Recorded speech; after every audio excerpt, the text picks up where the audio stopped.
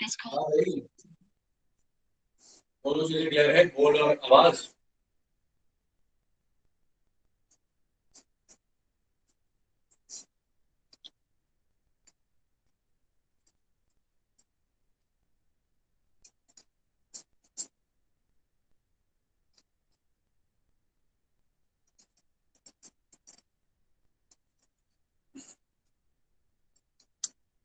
Board और आवाज दोनों क्लियर है आपको, ये और नो?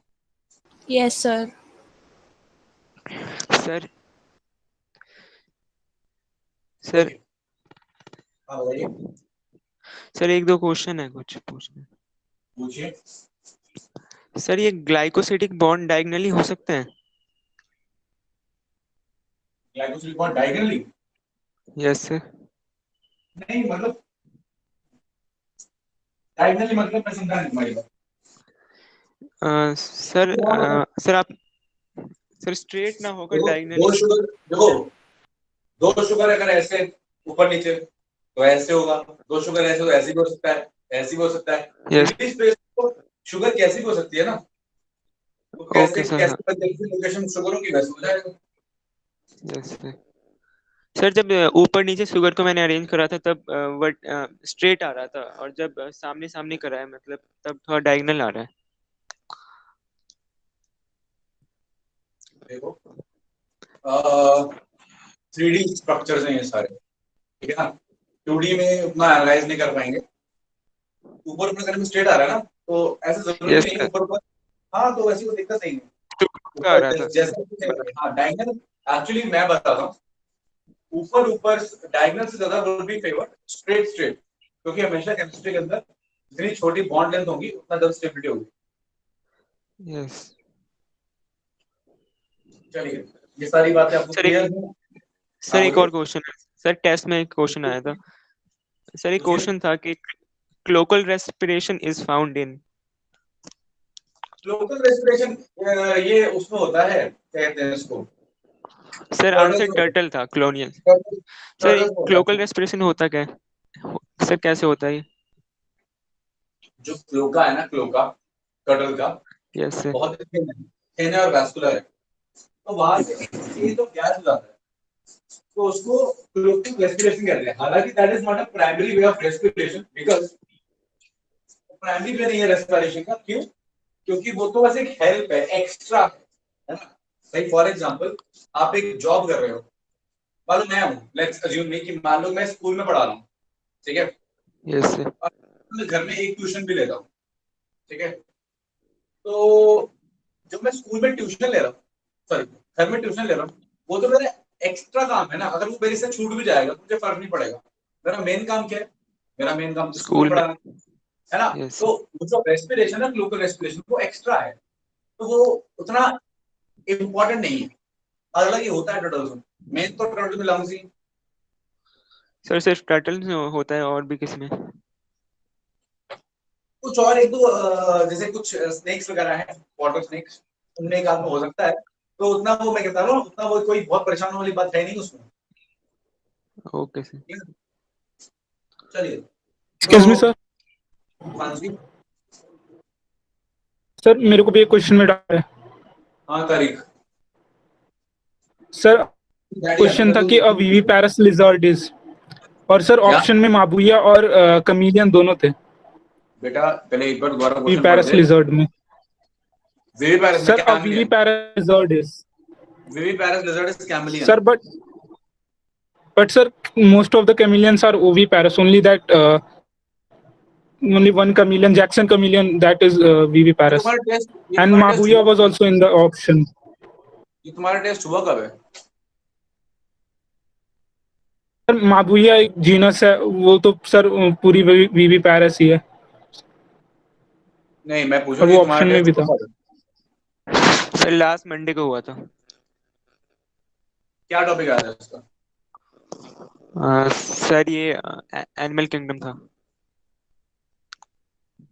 एनिमल किंगडम था, और क्या था? सर सिर्फ एनिमल किंगडम था। लास्ट मंडे को हुआ था। Yes sir. पिछले वीक पे। अच्छा, यस हाँ सर। तुम क्वेश्चन बता रहे हो? दोबारा बोलना तारीख, मैं ध्यान सुन नहीं पाया। Yes, sir. A viviparous lizard is. Chameleon,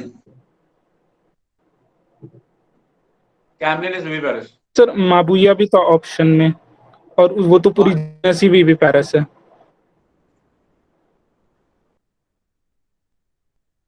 कौन सा वाला एग्जांपल बोला? माबुया। अच्छा, और क्या था ऑप्शन में? माबुया। और इसके अलावा क्या था ऑप्शन में? कमीलियन था, बट सर कमीलियन सिर्फ कमीलियन था, जैक्सन कमीलियन नहीं था, सिर्फ कमीलियन।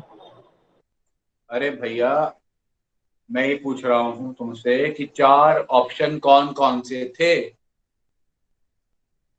बस देखना पड़ेगा। हाँ, तो फिर देख के बताना। हो सकता है कि वहां पे बाकी 2 भी विविपेरस हो सकता है कि नॉट पूछना हो और ऐसे पूछ लिया हो। और जितने आपके क्वेश्चन ये एनसीईआरटी के बाहर होते हैं ना, ये आप उसे कंसिडर मत किया कीजिए, इतना ज्यादा परेशानी की जरूरत नहीं है। लास्ट मंडे हुआ ना पे test? Yes sir. Last Monday से पहले हुआ था। सर पिछले वीक के हुआ था। पिछले वीक हुआ है? Yes sir. मतलब ओके, तब मेरी क्लासेस चल रही थी क्या? सर आपकी क्लास नहीं लगी थी जूलॉजी की। नहीं, क्लासेस नहीं चल रही थी ना मेरी, बीच में मेरी क्लास नहीं चली ना 1-2 दिन। यस सर, उस टाइम नहीं चली थी उस वीक। तब उस टाइम पे टेस्ट है ना, हाँ। तो वो एक्चुअली मैं आई वाज ऑन लीव, मैं लीव पे था। तो मे बी शायद जब आपका टेस्ट हुआ हो तो टेस्ट पेपर शायद किसी और टीचर ने बनाया हो। और क्योंकि किसी और टीचर ने बनाया तो शायद हो सकता है टीचर ने ध्यान ना दिया हो कि क्या पूछना चाहिए, क्या नहीं पूछना चाहिए, क्या रेलेवेंट है, क्या इररिलेवेंट है। तो मे भी आपका टेस्ट के कुछ क्वेश्चंस इररिलेवेंट हो गए होंगे, क्योंकि आई थिंक जब मैं टेस्ट बनाता हूँ तो आई एम वेरी केयरफुल कि आपसे जो भी मैं पूछूं वो सारी चीजें रेलेवेंट हो। तो may be some person who was not so much having keen knowledge of the subject and the keen knowledge of NEET preparation might have put some questions, irrelevant questions. So मैं आपको बताता हूँ, आपने जो मुझसे 2 question पूछे, ये वाला तो क्वेश्चन पूछा आपने कैमलियन वाला, I think this is a very irrelevant question. और ऐसे 1-2 और भी रहे होंगे, उसकी पॉसिबिलिटी है। एक्चुअली ये सब विविपेरस के क्वेश्चंस आजकल आते ही नहीं है, एक्सेप्शन हम लिखवाते ही नहीं है, इतना इन्होंने डीप में आता ही नहीं है। पहले आता था जब आरपीएमटी, आईपीएमटी, दुनिया भर के जहां पीएमटी होते थे तब आते थे इन डेप्थ क्वेश्चन। आजकल चीजें कॉन्सेप्चुअल आती हैं, रटने वाले क्वेश्चन कम हो गए हैं नीट के एग्जाम से, तो इतना परेशान मत हो, ठीक है? तो जनरलाइज कॉन्सेप्ट याद रखो कि रेप्टाइल्स ड्राई स्किन के होते हैं, रेप्टाइल्स ओविपायरस है, और कुछ एक आध एक्सेप्शन में विविपायरस हो सकते हैं, बस इतना। और इनके एग्स क्लेडॉइक होते हैं और कैलकेरियस होते हैं। और जो भी बेसिक पॉइंट्स एनसीईआरटी के हिसाब से रेप्टाइल्स के हैं उसका माइंड रखो। और हाँ, इवोल्यूशनरी पॉइंट ऑफ व्यू से कि reptiles is a common ancestor for apps and the last Mammalia. चलिए, तो that is all about the topics. That is all about any other question? Sir glucose का नाम dextrose इसीलिए था ना क्योंकि वो डेक्स्ट्रो रोटेटरी है। कौन पूछ रहा है? सानवी। सानवी। देखो, ग्लूकोज का नाम डेक्स्ट्रोस, एक्चुअली अब मैं तुमको क्या बताऊं, डेक्स्ट्रोस हम उस ग्लूकोज को बोलते हैं जो डेक्स्ट्रो रोटेटरी है। ये एक्चुअली सच्चाई है, और ये भी सच्चाई है कि मोस्टली जो ग्लूकोज हमें मिलता है वो मोस्टली डेक्स्ट्रो रोटेटरी होता है, ठीक है ना? इसलिए हम डेक्स्ट्रोस ग्लूकोज, ग्लूकोज डेक्स्ट्रोस इस्तेमाल कर लेते हैं, लेकिन ये सही तरीका नहीं है, क्योंकि हर एक ग्लूकोज डेक्स्ट्रोस नहीं है, ठीक है? Every glucose is not dextrose, but yes, dextrose एक वर्ड उस ग्लूकोज के लिए दिया गया है जो डेक्स्ट्रो रोटेटरी है। करेक्ट समझ? Okay sir. सर मतलब एक ही कंपाउंड डेक्स्ट्रो और लीवो दोनों रोटेटरी हो सकता है? या that is what we call about optical isomers, कि एक ही केमिकल के 2 ऑप्टिकल आइसोमेरिक फॉर्म्स में हो सकता है।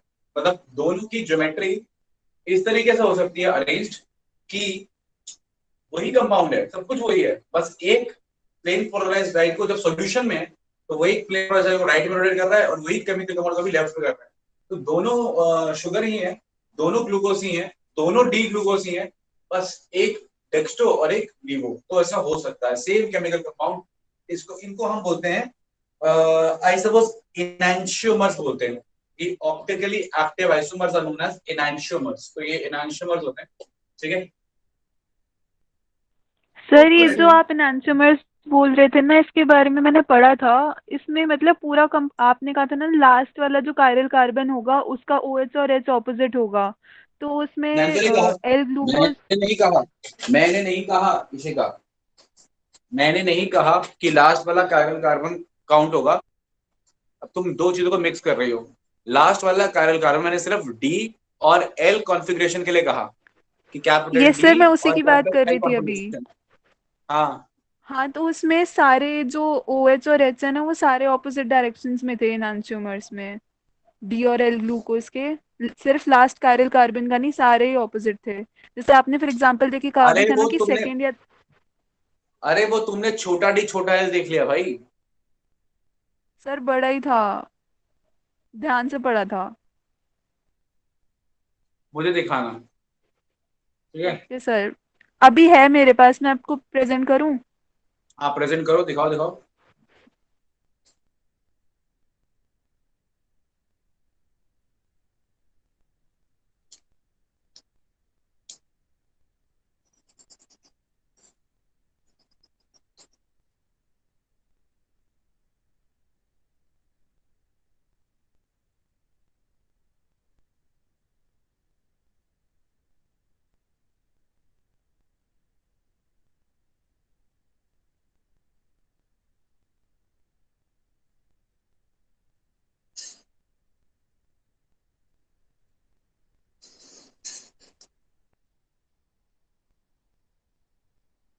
Yes, this is a D glucose, this is a L glucose.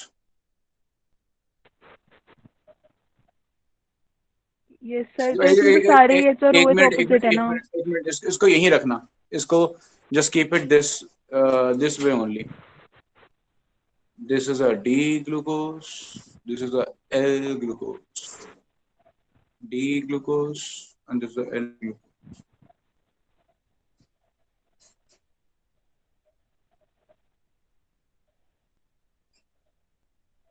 Okay 1 2 3 4 4 के बंद कर लो। 4 के अकॉर्डिंग 2 में रोटेशन और टोटल 16 में रोटेशन।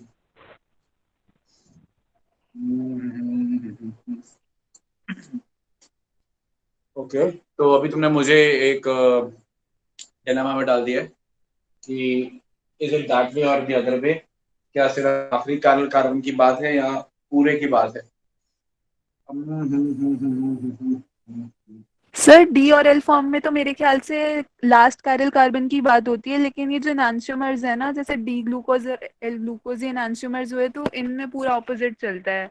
जैसे एपिमर्स थे ना जो आपने बताए थे, उसमें सिर्फ कोई एक OH या H की बात होती है। नहीं, तुम क्या कहना चाह रही हो? अगर मैं इसमें आखिरी वाले के ऊपर चेंज कर दूं तो वो क्या कहलाएगा? वो तो वही रहेगा, जो डी फॉर्म और एल फॉर्म उसी से चेक करते हैं ना हम, लेकिन इसमें ये पहले तो इनैंशियोमर की डेफिनेशन में गलत जा रही हो तुम। इनैंशियोमर का मतलब होता है कि वो स्मॉल डी और स्मॉल एल होते हैं। मैं बताता हूँ इनैंशियोमर क्या होते हैं।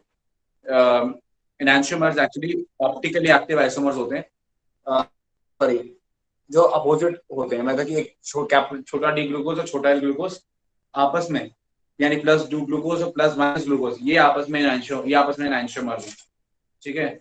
और ये कैपिटल डी और कैपिटल एल एक साथ देखना पड़ेगा। चल इसको इसके बारे में दोबारा से नेक्स्ट टाइम बात करेंगे। मैं थोड़ा सा और इसके बारे में थोड़ा रिसर्च करके, थोड़ा पढ़ के, एक दो लोगों से कंसर्न करके फिर बात करते हैं। सर ये इनैंशियोमर्स में मतलब ओके सारा सर। स्ट्रक्चर सेम होता है, तो ये ऐसे अलग अलग बिहेव कैसे कर लेते हैं? किसकी बात कर रही है? एनांशियोमर की बात कर रही है? Yes sir. अरे वो 2D में है ना, जब 3D वो आपस में ऑर्गेनाइज होता है उसमें फर्क आ जाता है। अच्छा ये तो ओवरऑल, ये तो 2D दिखा रखा है ना। ओवरऑल 3D में ओवरऑल स्पेस में जब स्ट्रक्चर आएगा ना, उससे फर्क आ जाएगा। इसलिए मैंने लाइक हम बता ही नहीं सकते एक्चुअली, हम इसलिए यही तो प्रॉब्लम है, इसलिए तो हम कभी नहीं बता सकते, कभी भी कोई नहीं बता पाएगा कि एक स्ट्रक्चर को देखिए, 2D स्ट्रक्चर को देखिए कि ये केमिकल कंपाउंड प्लेन पोलराइजर को राइट में रोटेट करेगा या लेफ्ट में करेगा, वो तो सिर्फ पोलरीमीटर या एक्सपेरिमेंट के बाद ही पता चलेगा। तो यही रीजन है उसका कि आप सिर्फ 2D स्ट्रक्चर देख के बिल्कुल कुछ नहीं बता सकते। चलिए, तो कोई बात नहीं, इसको भी देखेंगे। ये अच्छा आप लोग पढ़ रहे हैं, रिवाइज कर रहे हैं, आपके डाउट्स आ रहे हैं, ये वाला तो काफी अच्छा डाउट है, क्योंकि अब ये इसमें मेरे को भी थोड़ा सा माइंड में चीज चली गई है। ठीक है, इसको हम देख के फिर नेक्स्ट टाइम अच्छे से इसको डिस्कस करते हैं। चलिए सर फिलहाल और के लिए डेक्सट्रोज भी देख लेना, शायद डेक्सट्रोज भी ना कैपिटल डी और एल के बेसिस पे था, ऐसा मुझे लगा कुछ पढ़ने पर मुझे पक्का नहीं पता, एक बार आप देख के बता देना। देखो डेक्सट्रोज तो मैं आई एम लाइक 110% श्योर कि डेक्सट्रोज इज एक्चुअली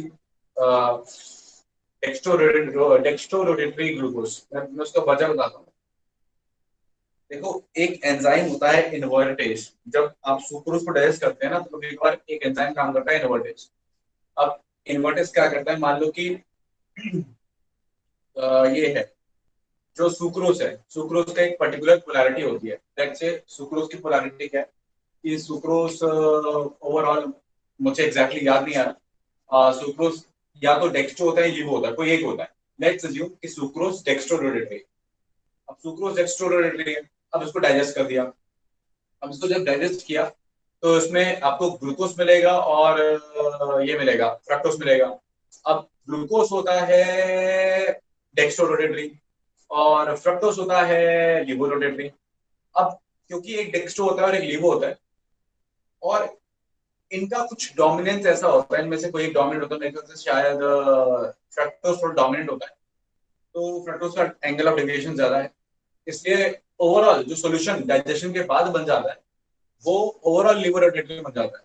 मतलब स्टार्च का जब तक सॉल्यूशन था तब तक वो डेक्स्ट्रो रोटेटरी था, ठीक है, बिकॉज ऑफ सुक्रोज। और जब वो टूट गया ग्लूकोज और क्या कहते हैं लेविलोस में, सॉरी फ्रक्टोज में, तो फिर वो ओवरऑल प्लेन प्रोग्रेस रेट अलग से डाइवर्ट कर जाती है। तो हम एंजाइम को इन्वर्टेज बोलते हैं, क्योंकि वो इन्वर्ट कर देता है ऑप्टिकल एक्टिविटी को। तो हम जनरली जब सुक्रोज से ब्रेकडाउन होता है ना, जब तक सुक्रोज है हम ग्लूकोज और फ्रक्टोज बोलते हैं। लेकिन जब सुक्रोज टूटता है generally bye the help of enzyme invertase mostly, हम तब ग्लूकोज को डेक्स्ट्रोज और फ्रक्टोज को लेविलोस बोलते हैं। एक्चुअली वहां से ही नाम आ रहा है। सुक्रोज टूटने के बाद जो ग्लूकोज मिल रहा है दैट इज डेक्स्ट्रोज, और सुक्रोज टूटने के बाद जो फ्रक्टोज मिल रहा है that is levulose. Main concept ये है, इसलिए उसमें तो मैं 110% श्योर। बट ये डी और एल, ये something I have to look for it, because जो शायद मैंने पढ़ा है और जो शायद इसमें दिया है, इसमें अलग अलग चीजें हैं। तो ठीक है, इसलिए इसको एक बार देख लेते हैं, ठीक है, अगली बार बात करते हैं। Okay sir.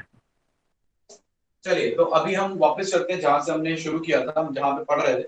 हमने डाइसैकेराइड्स पढ़ लिए थे। आज हम बात करने जा रहे हैं पॉलीसैकेराइड्स के बारे में।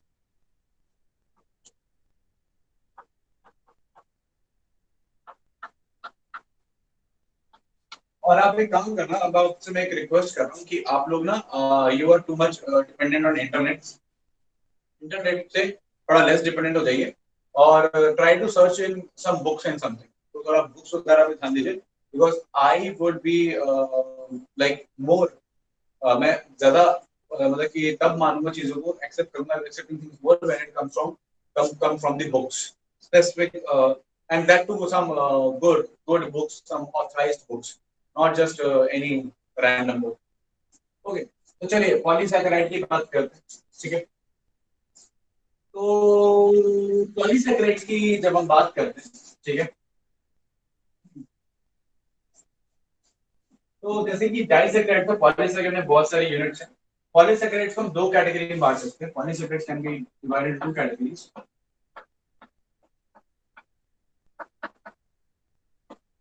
One is structural polysaccharides and one is storage polysaccharides. तो storage and structural polysaccharides. अब ध्यान से देखिए, structural polysaccharides and storage polysaccharides. मैं कुछ पॉलीसैकेराइड्स के नाम बता रहा हूं और आप मुझे कोशिश करना, मैं आपको बताता हूं, मैं आपको ये थोड़ा सा ऐसे बता दूं, मुझे कोशिश करना बताने की कि आपको क्या समझ में आ रहा है कि वो स्ट्रक्चरल है स्टोरेज है। Let's ask anybody of you, कौन करेगा मेरे सवालों के जवाब, कौन देगा? Anybody can open up the mic and मैं ट्राई करूं। ओके, तो शुभम से बात करते हैं। शुभम, फटाफट से बताना मुझे, अगर मैं स्टार्च की बात करूं तो स्टार्च क्या लगता है, स्ट्रक्चर में आएगा कि स्टोरेज में आएगा? स्टोरेज में। स्टोरेज में आएगा। प्लांट जो है वो फूड स्टोर करता है स्टार्च की फॉर्म में, तो स्टार्च क्या है? स्टोरेज पॉलीसैकेराइड है। सेल्यूलोज? सेलो स्ट्रक्चर में आएगा।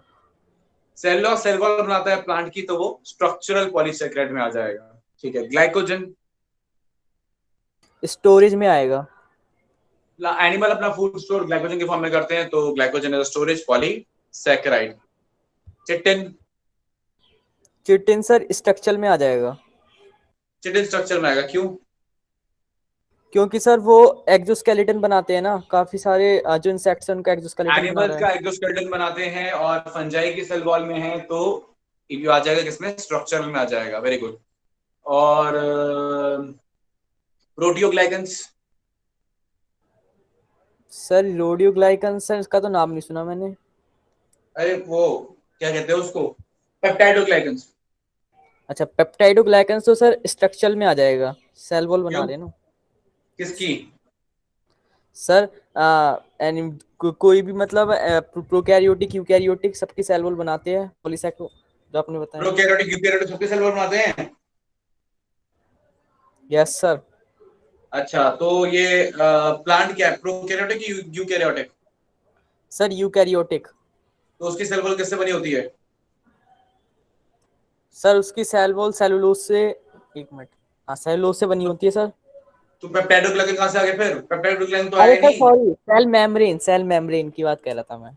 सेल मेम्ब्रेन, ठीक है। अच्छा, तो एनिमल की या प्लांट की, किसकी सेल मेम्ब्रेन? सर दोनों की। अच्छा, फिर फॉस्फोलिपिड से क्या बना होता है?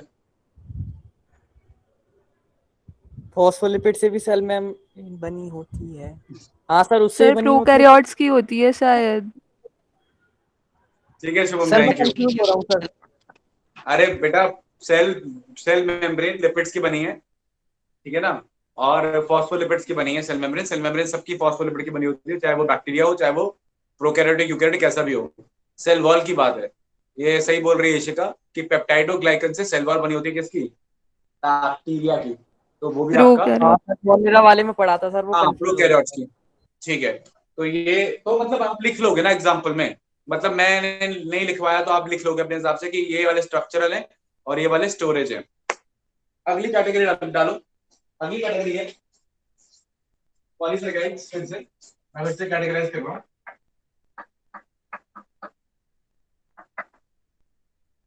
as homopolysaccharides and heteropolysaccharides। अब इसमें मैं एग्जांपल लिखवा रहा हूँ। होमो के अंदर starch, cellulose, glycogen, nitrate and एक और एग्जांपल ले लो, इनुलिन। ये सारे पढ़ाऊंगा मैं आपको, बस इतना ही पढ़ाऊंगा और नहीं पढ़ाऊंगा। ठीक, ओके। हेट्रो के अंदर एग्जांपल ले लो, agar and N-acetyl glucosamine, sorry, A, peptidoglycan.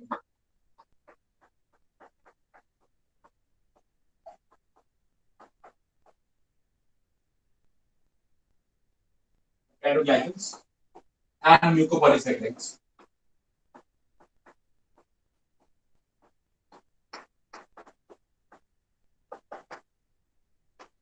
ठीक है, तो agar, peptidoglycan, mucopolysaccharides ये एग्जाम्पल हो जाएंगे होमोपॉलीसैकेराइड्स के, और बाकी एग्जाम्पल हो जाएंगे हेटेरोपॉलीसैकेराइड्स के।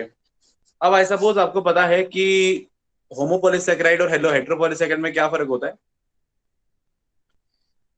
सर होमो के अंदर जिसमें जो जो जो सैकेराइड जुड़े हैं वो सारे एक जैसे हो, और हेटेरो के अंदर अलग यस, अलग हो। तो ये बहुत ही सिंपल सी चीज है कि अगर मैं ट्रेन के डब्बे की बात करूं, तो मान लो एक ट्रेन है, ट्रेन हो गया पॉलीसैकेराइड, उसका एक एक जो डब्बा है, ठीक है, जो एक एक डब्बा है वो क्या हो गया? द मोनोसैकेराइड, ठीक है।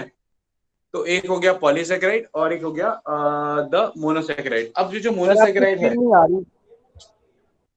मेरी स्क्रीन नहीं आ रही, कोई बात नहीं, मेरी बात सुन लो। मैं screen actually I am just I just like making some changes, तो उसको 2 मिनट रुक जाओ, मैं स्क्रीन आ जाएगी। ठीक है, आप मेरी बात सुन लो जी ध्यान सर। से कि मैं बता रहा हूँ।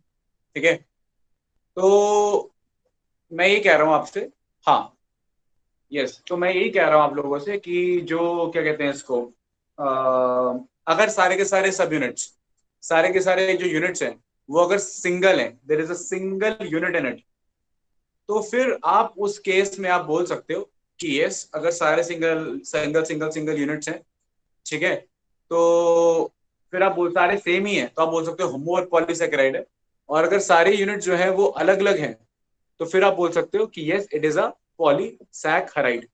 तो वो तो पॉइंट है, सॉरी, हेट्रोपॉलीसैकेराइड मतलब यूनिट्स अगर अगर एक एक ही है, देयर इज सिंगल यूनिट, तो होमोपॉलीसैकेराइड। और यूनिट अगर थोड़ा अलग है, ठीक है, तो फिर it is known as the hetero polysaccharide. I suppose this is clear.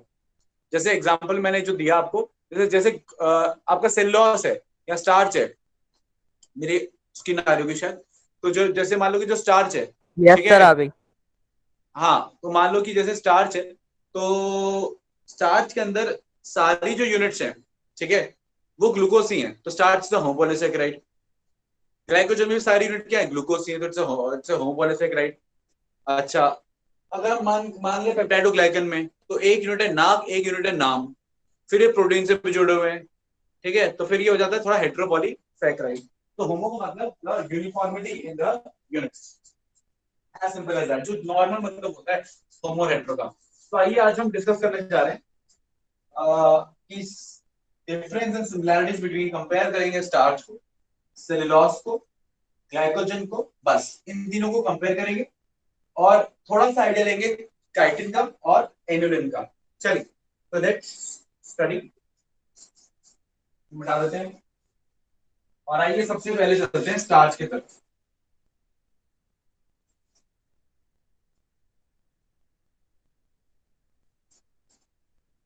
आइए स्टार्च की तरफ के बारे में बात करते हैं।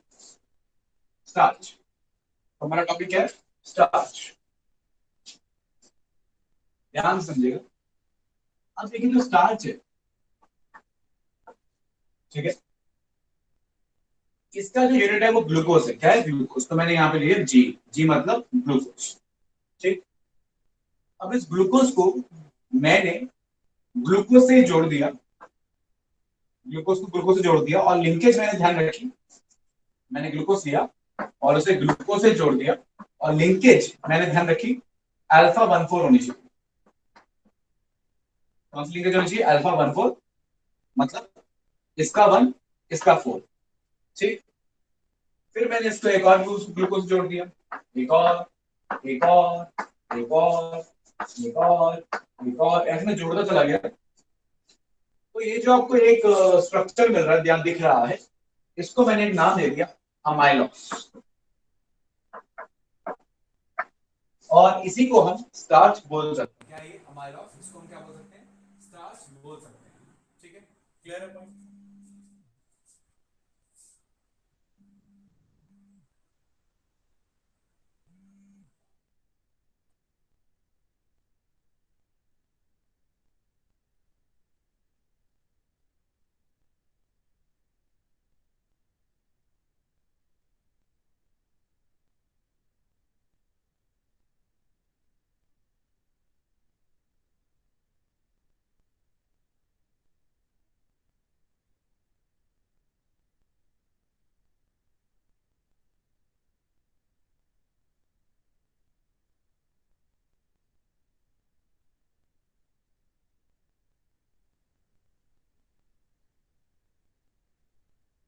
ओके, तो वापस कंटिन्यू कर रहे हैं कि मैंने क्या बोला कि ग्लूकोज है, ग्लूकोज है, ग्लूकोज है, ग्लूकोज है, ग्लूकोज, ग्लूकोज है, और सबके सब लीनियर चेन में अटैच है। इसको मैंने क्या बोल दिया, अमाइलोज बोल दिया। ठीक है, अब मैंने क्या किया, अब इस तरफ 1, इसका 4, सॉरी इसका 1, इसका 4, और फिर इसका 1, इसका 4, ऐसे करते करते इसका जो 4 है वो यहाँ पर फ्री है ना, तो 4th कार्बन इज फ्री है। ठीक है, और इधर इसका 1st कार्बन फ्री है, इसका 1st कार्बन फ्री है और इसका 4th कार्बन फ्री है। आप समझो ऐसा ही एक यूनिट है, ऐसा ही यूनिट है, मान लो कि ये एक ऐसे मेरा ये पेन होल्डर देखिए ऐसा है, ये ऐसा यूनिट है। अब मैंने ट्विस्ट कर दिया, कैसे कर दिया, ट्विस्ट, इसको घुमा दिया, ये ऐसे से ऐसे कर लिया, उल्टा घुमा दिया। ठीक है, अब उल्टा घुमाया मैंने इसको, और उल्टा घुमा के इसी की फोटो कॉपी करी, इसी की जैसा एक लीनियर चेन लिया और मैंने यहाँ पे जोड़ दिया कुछ इस तरीके से। ठीक है, तो इसी का मैंने एक स्ट्रक्चर बस थोड़ा उल्टा ट्विस्ट करके इसी के ऊपर क्या कर दिया, जोड़ दिया, तो इसकी क्या बना दी, ब्रांच बना दी। अब जैसे ये ब्रांच बन गई, और मैंने एक ब्रांच नहीं, मैंने मल्टीपल ब्रांचेस बना दिया। मैं ब्रांच कैसे दिखा रहा हूँ, ग्लूकोज से एक ब्रांच, फिर मैंने ब्रांच से ब्रांच निकाल दी, और ऐसे में बहुत सारे ब्रांच निकाल कर चला। ठीक है, क्लियर। और मैंने जो ब्रांच पॉइंट है, जहां ब्रांच बनाई है, वहां जो लिंकेज ली है वो अल्फा 1 6 ली है, अल्फा 1 6। ठीक है, जो ब्रांच पॉइंट है वहां लिंकेज जो ली है कौन सी है, अल्फा 1 6। इनके बीच में वही अल्फा 1 4 ही है, वहां दिक्कत नहीं है। सिर्फ जहां पे ब्रांच बनी है, जहां नया ग्रुप आके जुड़ा है, बस वहां पे लिंकेज कौन सी है, अल्फा 1 6 है। तो मैंने क्या देखा कि अमाइलोज है और जो ब्रांचेस बनी विद अल्फा 1 6। अब ये ब्रांच स्ट्रक्चर जो है, ये जो ब्रांच वाला स्ट्रक्चर है, अब इस पूरे स्ट्रक्चर को मैं बता सकता हूँ अमाइलोपेक्टिन। तो जो स्टार्च है वो दो फॉर्म्स में पाया जाता है, एक अनब्रांच्ड दैट इज अमाइलोज, और एक ब्रांच दैट इज अमाइलोपेक्टिन। तो आपको याद रखना है कि स्टार्च का मोनोमर ग्लूकोज है, कौन सा ग्लूकोज, अल्फा ग्लूकोज, इसमें लिंकेज अल्फा 1 4 है, और ब्रांच पॉइंट्स बीपी मतलब ब्रांच पॉइंट्स अल्फा 1 6 है। So that is for your starch. आखिरी पॉइंट जो स्टार्च के बारे में आपको याद रखना है कि स्टार्च का अगर मैं सेकेंडरी स्ट्रक्चर बनाऊं, कौन स्ट्रक्चर, सेकेंडरी स्ट्रक्चर। सेकेंडरी मतलब कि ओवरऑल ये कैसा फोल्डेड दिखता है। ठीक है ना, तो स्टार्च का अगर मैं स्ट्रक्चर देखूं तो ये लूप में होता है, जैसे लूप बना रहा है। ठीक है, क्लियर पॉइंट। और इस लूप्स में जब मैं इसे इसकी रिएक्शन आयोडीन के साथ कराता हूँ, किससे कराता हूँ, आयोडीन के साथ। तो मैं जब आयोडीन डालता हूँ स्टार्च के साथ, तो इसमें की कौन स्टार्च होगा, अमाइलोज। तो फिर ये मुझे एक ब्लू ब्लैक कलर देता है। तो ब्लू ब्लैक कलर किसके साथ, आयोडीन के साथ, ये प्रॉपर्टी है किसकी, स्टार्च की। आप आलू लीजिए, आलू पे आयोडीन सॉल्यूशन डालिए, वो ब्लू ब्लैक हो जाएगा। ब्रेड लीजिए, उसको क्रम्बल कीजिए थोड़ा सा, उसमें सॉल्यूशन डालिए आयोडीन, वो ब्लू ब्लैक हो जाएगा। तो presence of starch is confirmed by iodine solution which makes it blue black, क्योंकि ये आयोडीन के जो मॉलिक्यूल्स हैं वो जाके कहीं ना कहीं यहाँ पे अटैच हो जाते हैं लूप्स में, और एक कॉम्प्लेक्स कंपाउंड बनाते हैं जो कैसा है, जो एक कलर देता है, मतलब लाइट एब्जॉर्ब करके ब्लू ब्लैक क्या देता है, कलर देता है। और ये बताने की जरूरत नहीं है कि स्टार्च जो है वो डाइजेस्ट किया जाता है हमारी बॉडी में by an enzyme known as alpha amylase. हमारी बॉडी में अल्फा अमाइलेज रिलीज होता है, चाहे वो सलाइवा से हो तो उसे हम सलाइवरी अमाइलेज कहते हैं, पैंक्रियास से हो तो पैंक्रियाटिक अमाइलेज कहते हैं। वो आपके स्टार्च को डाइजेस्ट करता है। और स्टार्च को कैसे डाइजेस्ट करता है, मैं बता रहा हूं। स्टार्च को कैसे डाइजेस्ट करता है, वो एक एक ग्लाइकोसिलिक बॉन्ड को छोड़ के बॉन्ड तोड़ता है। तो मान लीजिए अगर मैंने ये वाला ग्लाइकोसिलिक बॉन्ड छोड़ दिया और ये तोड़ दिया, और ये छोड़ दिया और ये तोड़ दिया, तो आपको डाइमर ऑफ ग्लूकोज मिलेगा।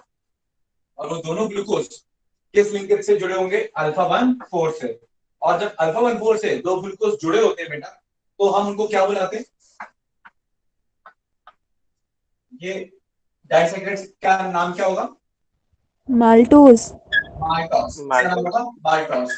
इसलिए मैं बोलता हूँ कि अल्फा अमाइलेज एक तरफ स्टार्च, अगर इसमें मैं स्टार्च डालूं, अल्फा अमाइलेज लूं और मैंने क्या डाला, स्टार्च डाला, तो सबस्ट्रेट होगा स्टार्च और प्रोडक्ट में मुझे क्या मिलेगा, माल्टोस। तो ये रिएक्शन बहुत ज्यादा इंपॉर्टेंट है डाइजेशन कॉन्टेक्स्ट में। Starch with alpha amylase gives you maltose, और starch is the storage polysaccharide of what, it's a storage polysaccharide of glucose. ठीक, क्लियर? आई सपोज ये बातें आपको क्या है, क्लियर है। वापस इसको मिटा देते हैं, ये पता हो गया, वापस इसको ऐसे ही छोड़ देते हैं। किसी को कोई डाउट स्टार्च के बारे में? सर ये उधर आपने साइड में बीपी करके क्या लिखा है? ब्रांचिंग पॉइंट जब लिखा था ना तब बोल भी रहा था मुझे, तो आप लोग थोड़ा ध्यान दिया कीजिए कि मैं क्या बोल रहा हूँ, क्योंकि जब मैं बोर्ड पे लिखूंगा हो सकता है मैं शॉर्ट में लिख दूं, इसलिए जब मैं शॉर्ट में लिखता हूँ मैं बोलता भी हूँ साथ में, तो प्लीज पे अटेंशन। वरना और मैं आपको बता दूं कि मैंने बीपी लिखा है, आप ब्रांच पॉइंट लिख लेना, या आपको जो भी मैं बताऊं वो साथ में पूरा पूरा स्टार मार्क करके लिख लिया करो, क्योंकि आज तो आपको बड़ा क्लियर हो गया कि अभी जिनको पता भी था ना कि बीपी मतलब ब्रांच पॉइंट, वो भी ध्यान रखें कि अभी तो आपने बीपी लिख के चले गए, हाँ मैं पता है ब्रांच पॉइंट है, 6 महीने बाद किताब खोलोगे, हो सकता है 12th में जब 12th का सिलेबस जब पूरा हो जाए, है ना, उसके बाद फिर नीट आने वाला हो, फिर नोट्स खोलो, फिर समझ में ना कि बीपी क्या है, बॉइलिंग पॉइंट है, क्या लिखवा दे सकते हैं, तो जब बहुत टाइम बीत जाएगा ये सारी चीजें ऐसी एलियन सी नजर आएंगी। तो इसलिए ध्यान रखो कि आप नोट्स 2 साल के लिए बना रहे हो, तो ऐसे नोट्स बनाना कि जो 2 साल बाद भी उठाओ तो समझ में आए कि क्या दे रखा है। मेरे पास लिमिटेशन है, मेरे पास सिर्फ ये बोर्ड है, मुझे उसमें सारा करना होता है, एक टॉपिक बताना, स्टार बताना है, नाजा मिटाऊं नया लिखूं, तो मेरे पास लिमिटेशन है, मुझे पढ़ाना भी है और बताना भी है। आपके पास कोई लिमिटेशन नहीं है, आपका बहुत सारा पेज है, बहुत सारी चीजें हैं, कहीं भी स्टार मार्क करो और लिखते चलो एक्स्ट्रा एक्स्ट्रा। मैं सिर्फ लिमिटेड चीजें ही लिख सकता हूँ बोर्ड पर, लेकिन आप अनलिमिटेड चीजें लिख सकते हो अपनी कॉपी में। ठीक है, तो नोट्स बनाना 2 साल के हिसाब से। ये क्लियर है सबको? किसी को कोई डाउट?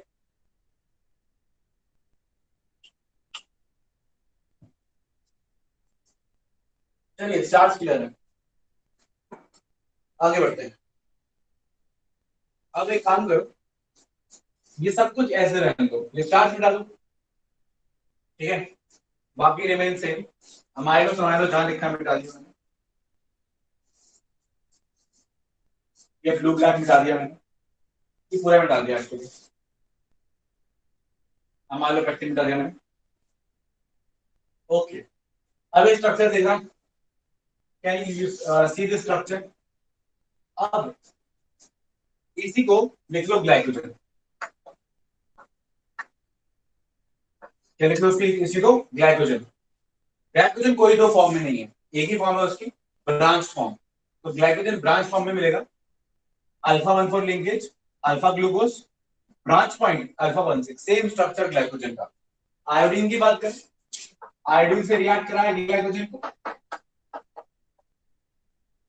ओके, तो अब की बार आयोडीन से रिएक्ट करा है, अब आपको कलर मिला dark red, very reddish colour. तो ये रेड कलर जो है किस आयोडीन प्लस ग्लाइकोजन। और क्या डिफरेंस है? प्लांट की जगह एनिमल्स जो अपना फूड स्टोर कर रहे हैं किस फॉर्म में करेंगे? ग्लाइकोजन की फॉर्म में करेंगे। तो हम फूड स्टोर ग्लाइकोजन की फॉर्म में करते हैं। देखो हम क्या करते क्या है, बड़ा सिंपल सा काम करते हैं।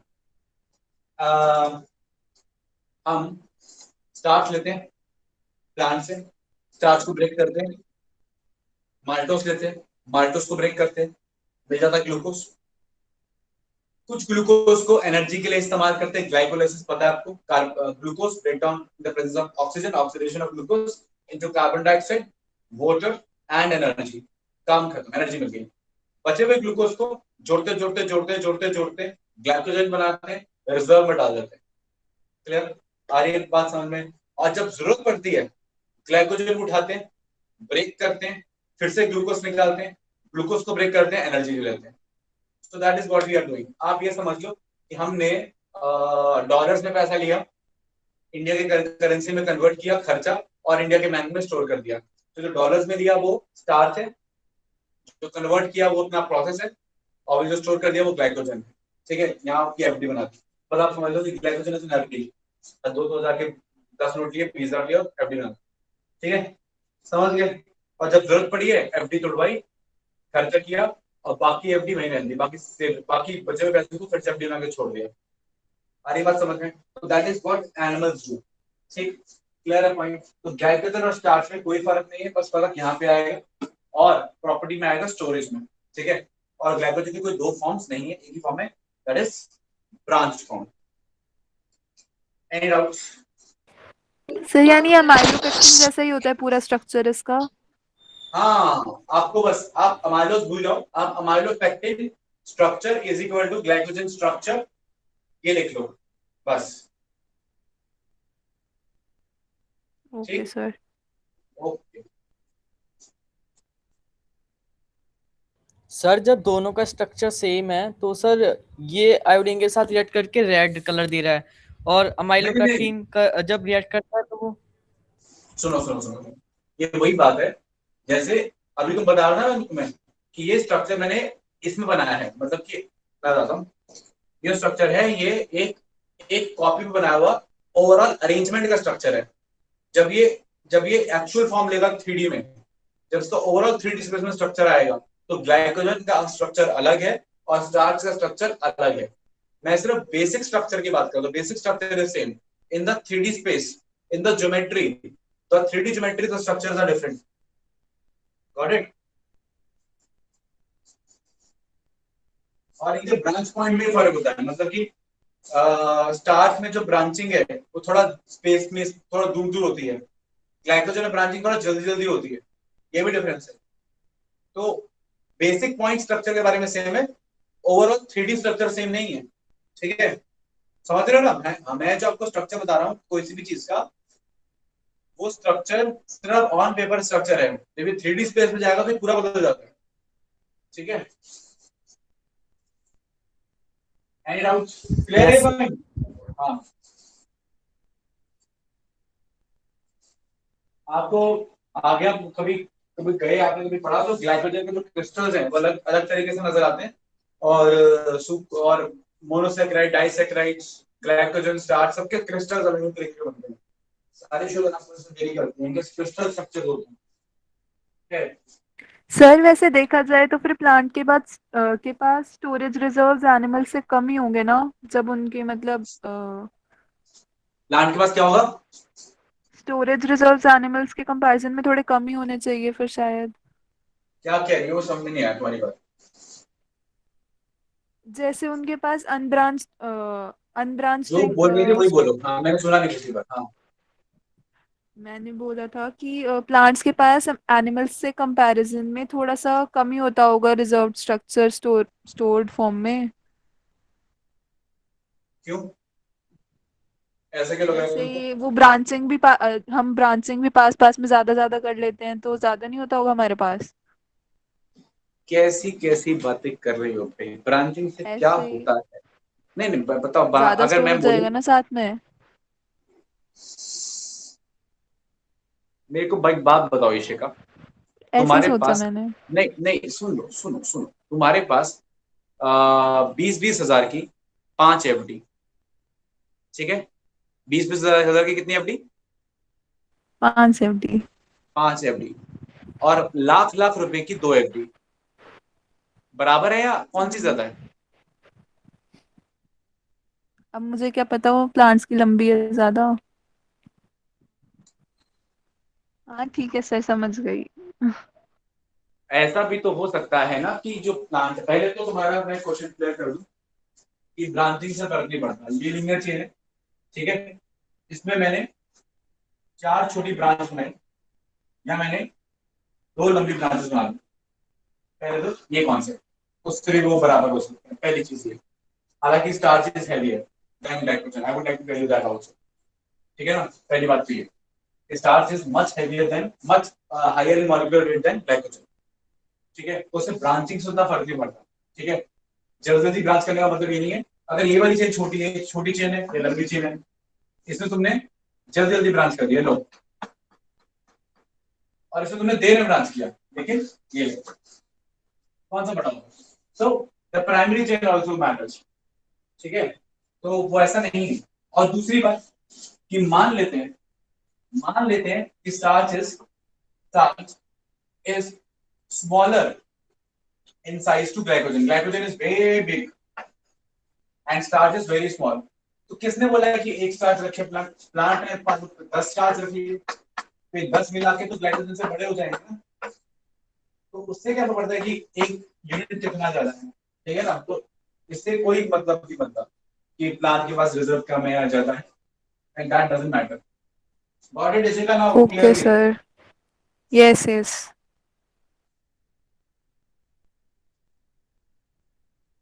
अच्छा, आप लोग यू मस्ट बी वंडरिंग कि मैं इतने से एक बेसिक से क्वेश्चन के लिए why I am paying so much of attention. उसके लिए भी reason, because I don't want to tell you the answers ना। मेरा काम ही नहीं है आपको आंसर बताना, मेरा काम आपको आंसर बताना नहीं है, ठीक है। अगर आपको आंसर बता, आप क्वेश्चन पूछो मैं आंसर बताता चलूं, आप क्वेश्चन पूछो मैं आंसर बताता चलूं, आपको भी सोचते हो कि सर हमें कभी कोई आंसर सीधा नहीं देते हैं, हमेशा घुमा फिरा के 4 चीजें बता के इधर उधर से निकाल के आंसर देते हैं। There is a reason for that. I want to change the way you think. जब आप बायोलॉजी को देखो, मेरे और तुम्हारे में देखो ज्यादा फर्क नहीं है, मेरे और तुम्हारे में यही फर्क है, I am not a PhD scholar in biology, ठीक है ना। मैं भी पिछले 5-6 सालों से ये 11th-12th की चीजें पढ़ा रहा हूँ। अब तो पता नहीं बीएससी एमएससी में क्या पढ़ा था वो याद भी नहीं है मेरे को, अब तो वो भी याद नहीं है, ठीक है। इतना टाइम हो गया यहाँ पे टाइम देते हुए कि मुझे भी। अब तुम्हारे पास तुम्हें में क्या फर्क है कि तुम्हें सिर्फ 11th की चीजें पता है, थोड़ी थोड़ी जो मैंने पढ़ाई, जितनी मैंने पढ़ाई है, मुझे 12th की भी पता है, और मुझे कंबाइंड एज अ होल पता है। और जो सबसे बड़ा फर्क हमारे बीच में वो है सोचने का, द वे वी थिंक। तो जब तुम अच्छे से सोचने लग जाओगे ना, ठीक है, तब मुझे तुम्हें आंसर देने की जरूरत नहीं पड़ेगी। तो वही मेरा एम है कि आप मेरी तरह सोचने लगो। आप मेरी तरह का मतलब किसी भी ऐसे पर्सन की तरह सोचने लगो जो बायोलॉजी जानता है। तो आप अपने आप में एक बायोलॉजी जानने वाले पर्सन की तरह सोचने लगो, और आपकी जो थिंकिंग की सोच है, क्योंकि ये वाली सोच हर जगह काम आएगी, है ना। तो वो आपकी मैं डेवलप करना चाह रहा हूँ। I want to develop that in you, कि आपको मेरी जरूरत ना पड़े, आप खुद सोच सोच के चीजें समझते चलो, अंडरस्टैंड करते चलो, ठीक है ना। क्योंकि अगर मैं आपको सिर्फ आंसर बताना चाहूंगा तो there is a limit to that, मैं एक लिमिटेड आंसर बता सकता हूँ। लेकिन अगर आप में आदत पड़ गई खुद से सोच के समझ के आंसर निकाल लेने की, तो फिर that is unlimited for you, ठीक है। तो दैट इज माय टारगेट। इसलिए मैं आपको आंसर कभी सीधे नहीं देता, ठीक है। मैं आपको सोचने के लिए बोलता हूँ ताकि आपकी सोच बनाओ है।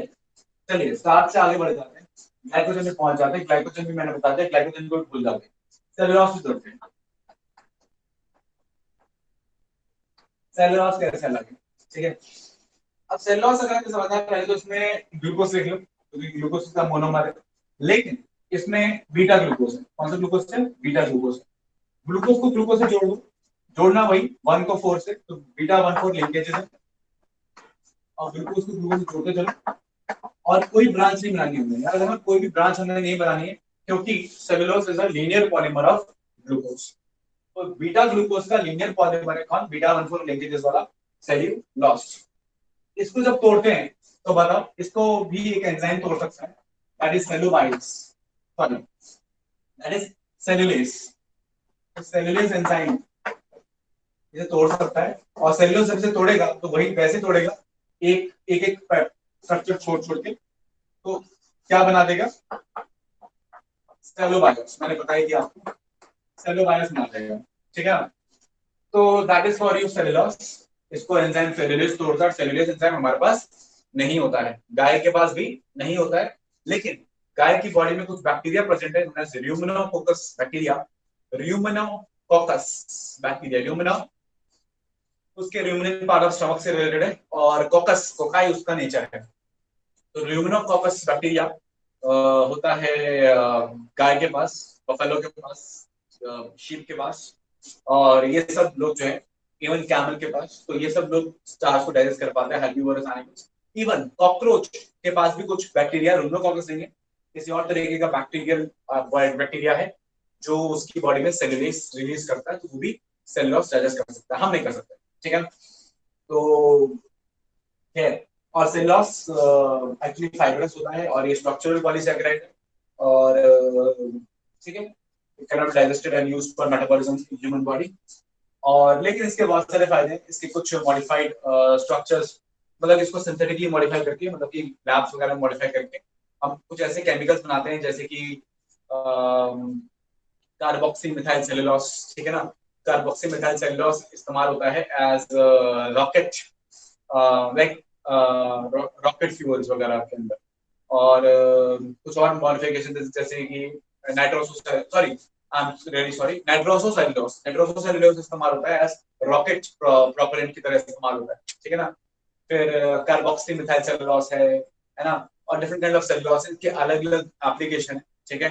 जो सबसे बड़ा एप्लीकेशन है सेलुलोज का, वो क्या है कि आप प्लांट से सेलुलोज लेते हो, उससे क्या बनाते हो, उससे आप पेपर बनाते हो एंड कपड़े भी बनाते हो।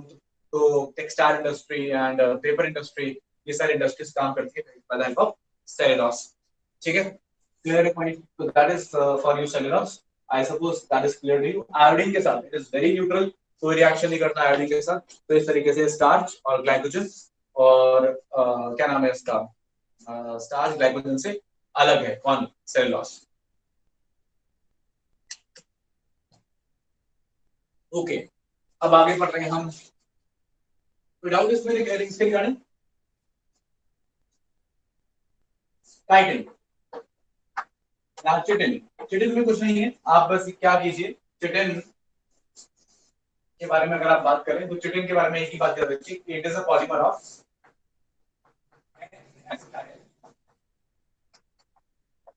Glucose amine. अब NSA ग्लूकोज अमाइन का एक पॉलीमर, और पता है आपको it is used in the cell wall. इसका सेल वॉल फंजाई का cell wall and exoskeleton of arthropods.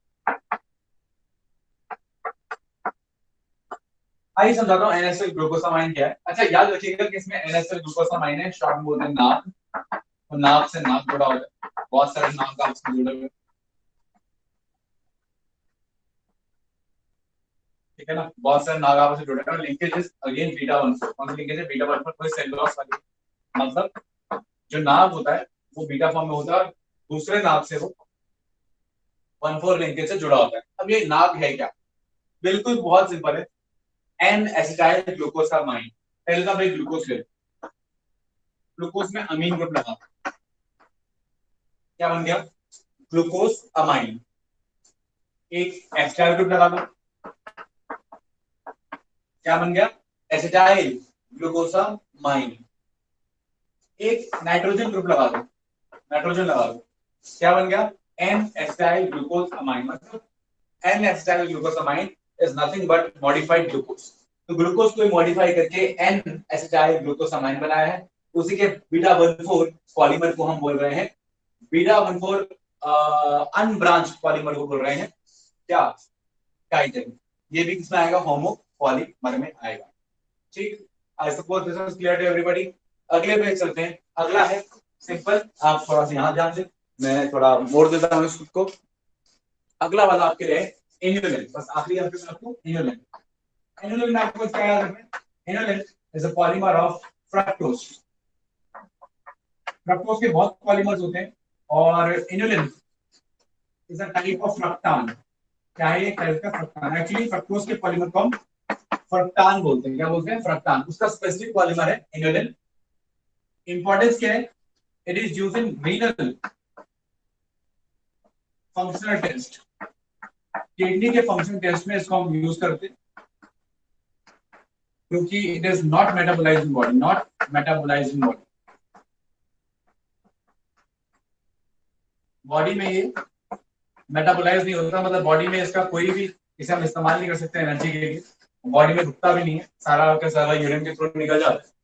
और अगर यूरिन के थ्रू नहीं निकल रहा है किसी वजह से, तो इसका मतलब सिंपल सा है कि कहीं ना कहीं पे हमारे किडनी के अंदर कुछ प्रॉब्लम है। तो मतलब किडनी फंक्शन टेस्ट के लिए हम इस्तेमाल करते हैं इसको, इन्युलिन को, ठीक है। तो बस इतना ध्यान रखो कि inulin is a polymer of fructose and chitin is a polymer of N-acetyl glucosamine. Inulin is a storage polysaccharide. Starch is a storage polysaccharide. Glycogen is a storage polysaccharide. chitin and chitin या chitin and cellulose is a structural polysaccharide. ठीक है, इन सब के monomers याद रखिएगा, linkages याद रखिएगा, that's it.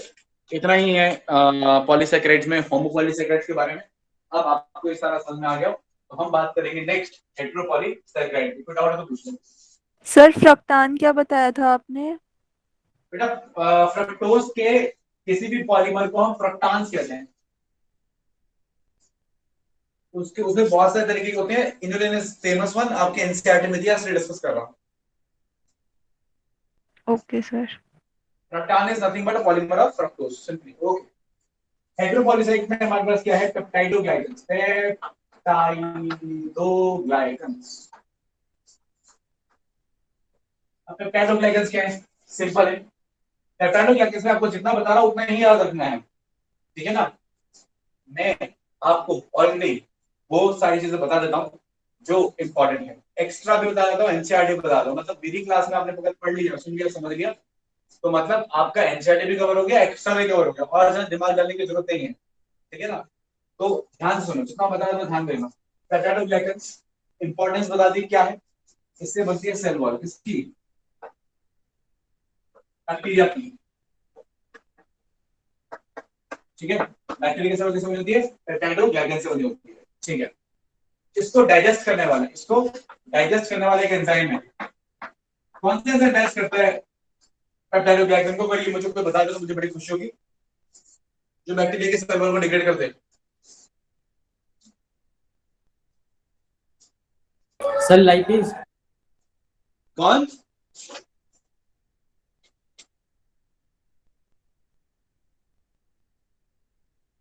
बिना गूगल का सहारा लिए अगर कोई मुझे बता दे तो मुझे खुशी होगी। गूगल का सहारा लेकर बताओगे तो कुछ चीटिंग है।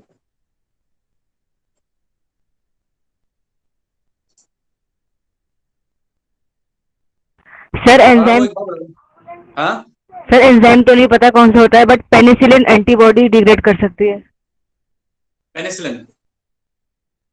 Very good Sharmeen. अच्छा तो एक बात बताओ, पहले तो अच्छी बात है कि आप लोग चीट नहीं करते, क्योंकि चीटिंग ना एक्चुअली एक हैबिट हो जाती है, एक हैबिट होती है चीटिंग। एक बार पड़ जाती है ना, फिर आदमी हर जगह करता है, ठीक है? तो वो ये आदत नहीं पड़े आपको तो अच्छी बात है। Being true to yourself is very important everywhere, not just in exams but in life. Well, so बहुत बढ़िया बताया शर्मीन ने कि पेनिसिलिन डिग्रेड कर देता है सेल वॉल को, ऐसा कुछ बताया। मैं ये नहीं कह रहा सही बताया गलत बताया, बट बताया बड़ा अच्छा, इंटरेस्टिंग सी बात। और कोई?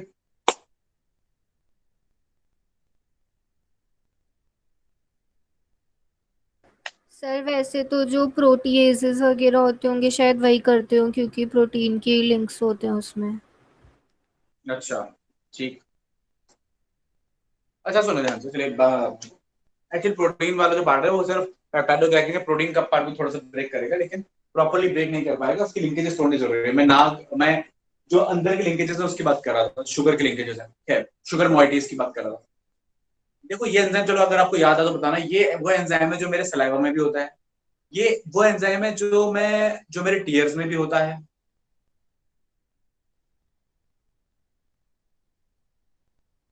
चलो आपने कभी नाम सुनाओ, एंजाइम का नाम है लाइसोजाइम, LYSOZYME, लाइसोजाइम। कभी नाम सुनो तो? Lysozyme is an enzyme which breaks the bacterial cell wall because it breaks the linkages between the units of sugars making a peptidoglycan. खैर, अब मैं बताता हूँ आपको कि अभी मैं क्या यहीं पे बात खत्म कर देता, लेकिन शर्मीन ने एक नाम ले लिया, पेनिसिलिन। तो पेनिसिलिन शर्मीन ने बोला कि वो सेल वॉल को डिग्रेड करता है। बोला बहुत सही, बस मैं थोड़ा सा करेक्ट करना चाहूंगा। शर्मीन, जो पेनिसिलिन है ना, वो डिग्रेड नहीं करता, वो सेल वॉल को बनने नहीं देता। मतलब अगर आप एक बैक्टीरिया को पेनिसिलिन दे दोगे तो बैक्टीरिया डिवाइड नहीं कर पाएगा। क्यों? क्योंकि डिवाइड करते वक्त उसको सेल वॉल बनानी पड़ेगी, नई सेल वॉल, नए बैक्टीरिया की सेल वॉल बनेगी नहीं, क्योंकि पेनिसिलिन है तो बैक्टीरिया ग्रो नहीं कर पाएगा। इसलिए पेनिसिलिन जो एंटीबॉडी है उसका काम क्या है? सेल वॉल बनने ना देना। तो बनने ना देना वो अलग है, और पहले से बनी चीज को डिग्रेड करना वो अलग है। तो सेलुलोज Yes, sir. बनी हुई चीज को डिग्रेड कर रहा है, गॉट इट? और पेनिसिलिन बनने नहीं दे रहा है, ठीक है क्या? नहीं, ओके सर। ओके। बस मुझे बड़ी खुशी हुई तुमने पेनिसिलिन का नाम लिया और इतनी गहरी बात बताई कि penicillin does not allow the growth of bacteria because of cell wall something. That is good. है। तो डाइजेस्ट करने वाला एंजाइम है लाइसोजाइम, ये आपको याद रखना है। लाइसोजाइम तुम्हारा नहीं बताऊंगा, ये बार-बार आएगा। ओके, आगे बना किससे है पेप्टाइडोग्लाइकन? बहुत सिंपल है, नाग। नाग तो बताइए आपको, नाग बताने की जरूरत नहीं है, नेचुरल ग्लूकोसामाइन एंड नाम। तो नाग के नाम की यूनिट्स है, नाग है, नाम है, फिर नाग है, फिर नाम है, और ऐसे करते करते तक बहुत सारे नाग और नाम है और ये जाके जुड़ गए हैं प्रोटीन से। ठीक है, तो ये बन गया आपका पेप्टाइडोग्लाइकन। तो प्रोटीन वेरी कर सकता है, तो पेप्टाइडोग्लाइकन स्ट्रक्चर में वेरी करते हैं। नाग हो गया एन-एसिटाइल ग्लूकोसामाइन, लिख देता हूं मैं आपके फिर से एन एसिटाइल, ये बताया आपको ग्लूकोसामाइन।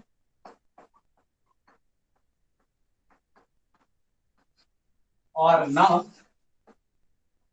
क्या है? एन एसिटाइल, ये भी एन एसिटाइल है, ये अलग तरीके की शुगर है, म्यूरामिक एसिड। म्यूरामिक एसिड, तो ये अमीन शुगर है, ये एक अमीन शुगर है, एक एसिडिक शुगर है। तो पेप्टाइडोग्लाइकन इज उसमें नाग और नाम होता है, पॉलीमर्स ऑफ नाग एंड नाम joined to protein that is peptidoglycan for you, that is the cell wall of bacteria। ठीक है, क्लियर है? ये याद रखिएगा पेप्टाइडोग्लाइकन, इसको बता देते हैं, इतनी सी बातें आपको याद रखनी है पेप्टाइडोग्लाइकन के बारे में। अब अगला आ रहा है आपके लिए जो मैंने बताया था आपको, एगार। एगार सुना आप लोगों ने? एगार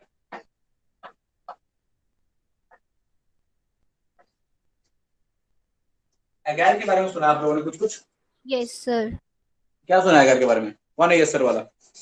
सर सानवी। हाँ सानवी, क्या सुना तुमने एगार के बारे में? सर वो कुछ बैक्टीरियल कल्चर के लिए होता है। तुमने एगार बैक्टीरियल कल्चर के लिए सुना? आप लोगों ने एगार बैक्टीरियल कल्चर के कॉन्टेक्स्ट में सुना है, वेरी गुड। ओके, तो एगार इंपॉर्टेंट है, ठीक है ना? एगार ये चैप्टर 2 हो गया तुम्हारा, चैप्टर 2 फंजाई हो गया, फंजाई सॉरी फंजाई नहीं, प्लांट किंगडम हो गया तुम्हारा बॉटनी में? No sir. प्लांट किंगडम नहीं हुआ स्कूल में? सर स्कूल में तो हो गया। स्कूल में हो गया, स्कूल में रेड एल्गे हो गया? Yes sir. रेड एल्गे में तुमने दो एल्गे पढ़े थे, ग्लासिलेरिया एंड जेलिडियम। Yes sir. क्या करते हैं वो? सर इन्हीं से अगार बनता है शायद। यस, शायद नहीं, हाँ शायद क्या होता है, जो अच्छे से पढ़ता है वो शायद नहीं बोलता, वो पक्का बोलता है। तो agar is obtained from red algae. कौन सा एल्गे? रेड एल्गे, ग्लासिलेरिया और जेलिडियम आपके एनसीईआरटी में लिखा हुआ है, ठीक है ना? रेड एल्गे से एगार मिलता है, इस एगार से हम एगरोस जेल बनाते हैं और ये एगरोस जेल पे हम फिर डीएनए की रेस लगवाते हैं। डीएनए की रेस को बोलते हैं जेल इलेक्ट्रोफोरेसिस। डीएनए भागता है जेल के ऊपर under the influence of electricity, तो इलेक्ट्रिसिटी के बेसिस पे डीएनए भाग रहा है, तो उसको बोलते हैं डीएनए जेल इलेक्ट्रोफोरेसिस। तो जो जेल है वो एगरोस जेल है, ठीक है ना? बैक्टीरिया को कल्चर करने के लिए एगरोस जेल को इस्तेमाल करते हैं, मतलब बायोटेक्नोलॉजी में इसका मेजर एप्लीकेशन है। तो वो एगार जो है वो भी हेटेरोपॉलीसैकेराइड है, ज्यादा डिटेल जरूरी नहीं है actually, polysaccharide of and L-galactose and 3,6 anhydrous L-galactose, complicated सी चीजें हैं, वो सब जानने की जरूरत नहीं है, तो छोड़ देते हैं। बस एगार के बारे में बेसिक्स आइडिया रखेगा, एनसीईआरटी नहीं दिया है बट आपको पता होना चाहिए कि एगार इज अ पॉलीसैकेराइड, हेटेरोपॉलीसैकेराइड। और इतना ही नहीं, म्यूकोपॉलीसैकेराइड्स भी, म्यूकोपॉलीसैकेराइड्स दे आर आल्सो हेटेरोपॉलीसैकेराइड्स। म्यूकोपॉलीसैकेराइड्स का मतलब चिपचिपे पॉलीसैकेराइड्स। जैसे मैंने आपको पहले बताया था, भिंडी काटोगे तो आपको चिपचिपा स्ट्रक्चर जो नजर आएगा वो म्यूकोपॉलीसैकेराइड है। आपकी बॉडी में रिलीज होने वाला म्यूकस म्यूकोपॉलीसैकेराइड है। अच्छा, ये भी हेटेरोपॉलीसैकेराइड होता है। और आपको ध्यान रखना है, इसके एग्जांपल्स बताता हूं आपको। एग्जांपल्स: कॉन्ड्रिन, डर्मेटिन, केराटिन, तीनों के आगे लगा हुआ सल्फेट, मतलब chondrin sulphate, chondrin sulphate, dermatan sulphate, keratin sulphate, ये इसके एग्जांपल है। और एक और इसके एग्जांपल है हाइलुरोनिक एसिड, हाइलुरोनिक एसिड,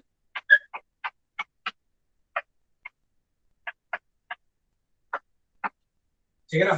तो दैट इज द म्यूकोपॉलीसैकेराइड। इसमें भी नाक होता है, NH टाइप ग्लूकोसामाइन होता है, और साथ में कोई यूरोनिक एसिड होता है, कोई भी हो सकता है, ठीक है ना। क्या है, उतना परेशान होने की जरूरत नहीं है। बस जाकर तो म्यूकोपॉलीसैकेराइड्स आर आल्सो हेटेरोपॉलीसैकेराइड्स, चिपचिपे पॉलीसैकेराइड्स। इनका एग्जांपल्स भी इंपॉर्टेंट नहीं है, मैं तो कह रहा हूं एग्जांपल भी भूल जाओ, मुझे कोई फर्क नहीं पड़ता। इनका इंपॉर्टेंट क्या है, इनका इंपॉर्टेंट है फंक्शन। आपने कहां पढ़ा है म्यूकोपॉलीसैकेराइड, मैंने कहां पढ़ा है आपको म्यूकोपॉलीसैकेराइड इससे पहले?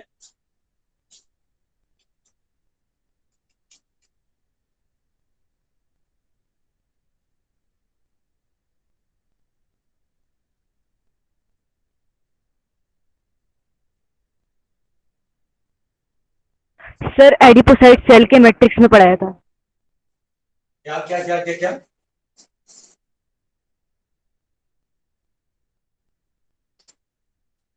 मैंने तुमको म्यूकोपॉलीसैकेराइड कहां पढ़ाया था? एरियोलर कनेक्टिव टिश्यू पढ़ा था, एरियोलर, एडिपोस में नहीं। सर एरियोलर मैट्रिक्स में। हाँ, एरियोलर की मैट्रिक्स में कि म्यूकोपॉलीसैकेराइड्स होते हैं और क्या होते हैं, ग्लाइकोप्रोटीन। तो चिपचिपे पॉलीसैकेराइड्स होते हैं बाइंडिंग के लिए, तो वहीं पे बाइंडिंग का इसका काम है। और इसका जो म्यूकस है वो बॉडी को प्रोटेक्ट भी करता है, मतलब कि एसिड से और कोरोसिव डाइजेस्टिव एंजाइम से। तो यहाँ पे खत्म हो गया आपका पॉलीसैकेराइड्स। मैंने आपको पॉलीसैकेराइड सारे मतलब मेजर सारे बता दिए। आपको नटशेल में याद रखना है, with focus on glycogen, starch, cellulose, chitin and inulin. ये है जिन पे आपको मेजर फोकस करना है। और माइनरली आपको आइडिया होना चाहिए कि 3 और एग्जांपल्स है, एगैर और म्यूकोपॉलीसैकेराइड्स एंड पेप्टाइडोग्लाइकन्स, ये भी एक्स्ट्रा एग्जांपल्स हैं किसके, लेकिन हेटेरोपॉलीसैकेराइड्स के। तो बस इतना माइंड में आपको एकदम नटशेल में याद होना चाहिए। सर ये जो एगेरिस जेल है इस वजह नहीं आएगा? अरे एग्रोज ना एक लिक्विड लिपिड मेटेरियल होता है, इसको हम ये मतलब कि आप समझोगे एग्रोज एक लिक्विड मेटेरियल हो गया, इसको बॉईल किया तो ठंडा कर दिया, जब ठंडा करते हैं ना इसको तो ये जेली लाइक बन जाता है, ठीक है। उसको हम एग्रोज जेल बोलते हैं। एगार से मिलने वाला जेल एग्रोज जेल।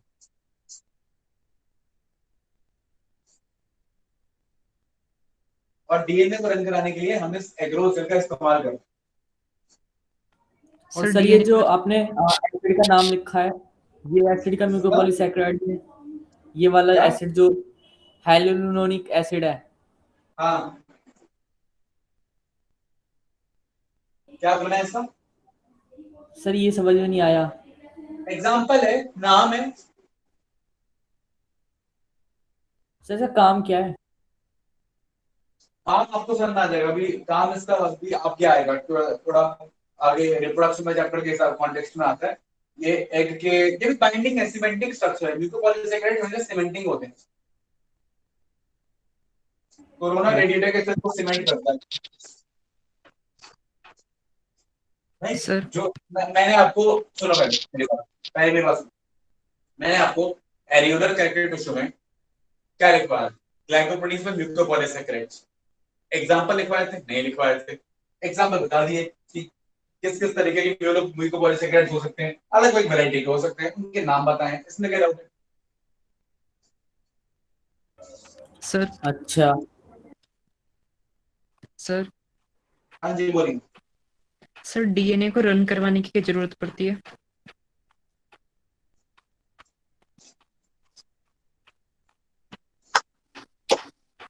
सारी बातें आज जान लूंगा था, एक सर आगे आएगा। सर समझ में नहीं आया था तो इसलिए। अरे मुझे पता ही नहीं समझ में आया था, लेकिन ये अभी मैं आपको क्या इसमें डिटेल बताऊं। अगर मैं आपको डीएनए को रन कराने की बात बताऊंगा, फिर मैं मुझे आपको देखो हमें बता दूंगा, चलो थोड़ा सा आइडिया ले लो, डिटेल में बताऊंगा, ठीक है ना। एंड कई चीजें मैं अब यहाँ स्किप करूंगा क्योंकि कई चीजों का एप्लीकेशन 12th या आगे कॉन्टेक्स्ट से है। जब मुझे डीएनए को सेपरेट करना होता है साइज के बेस पे, ठीक है, तो मैं उसको रन कराता हूँ। जो तेज भागता है वो छोटा साइज में, और जो धीरे भागता है वो बड़ा size. then I want to separate different fragments of DNA from मतलब अलग अलग फ्रेगमेंट है डीएनए की और मुझे एक स्पेसिफिक फ्रेगमेंट को अलग करना है। बायोटेक्नोलॉजी की एप्लीकेशन है, इसके बारे में सर अभी नहीं समझेंगे। हाँ जी सर, जो नैग और नैम है वो आपस में जुड़े मतलब जो नैग है वो नाम से जुड़ा होता है ना, जो प्रोटीन पेप्टाइड बॉन्ड होता है उससे। नैग नैम हाँ नैग एंड नैम सर वो आपस ये में बॉटनी में भी पढ़ा था, तो बॉटनी वाले सर कह रहे थे कि जो पेप्टाइड बॉन्ड है वो नैग का नैग से। पेप्टाइड बॉन्ड कहाँ से आ गया? सर ये इन दोनों के बीच वाला बॉन्ड। अच्छा ग्लाइकोसाइड बोलते हैं उसको। कौन बोल रहा था? सर सानवी। नहीं ये बात कौन बोल रहा था? सर बॉटनी में पढ़ा था स्ट्रक्चर में उसके बैक्टीरियल सेल वॉल के। कौन पढ़ा रहा तुमको बॉटनी? कंफ्यूज हो गई। अरे वैसे तो नहीं मैं अभिषेक सर पढ़ा रहे हैं। अभिषेक सर पढ़ा रहे हैं। हाँ अच्छा सानवी वो पेप्टाइड बॉन्ड्स ना अमीनो एसिड्स जोड़ने के लिए थे। हाँ धन्यवाद केशिका। ठीक है सानवी देखो मैंने देखो अब जहां तक मेरी इंफॉर्मेशन कह रही है कि नाग नाम से जुड़ता है, ठीक है, तो क्योंकि तुम मुझसे पूछते तो मैं तो यही कहता कि नाग नाम से जुड़ता है जहाँ तक मेरी इंफॉर्मेशन है। अब क्योंकि अगर बॉटनी वाले सर ने कुछ ऐसा कहा है, आप जैसे कि कह रहे हो, तो ऐसा हो सकता है कि उनको कुछ गलती लगी, कोई बाय मिस्टेक उन्होंने कहा हो, या ऐसा भी हो सकता है कि अगर वो कह रहे हैं उन्होंने सही कहा है तो हो सकता है कि मुझे कुछ गलती लग रही है।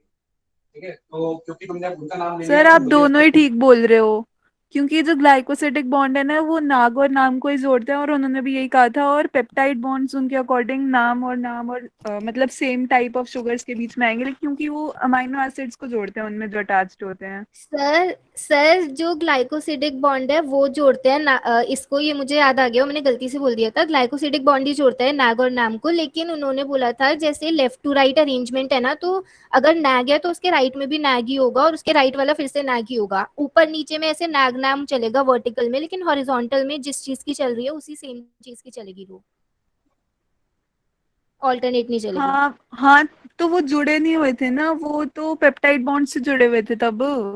वो तो अमीनो एसिड्स जुड़े थे सिर्फ, ओके शुगर थोड़ी मेरी जुड़ी थी। बात जस्ट लिसन टू मी, ठीक है ओके।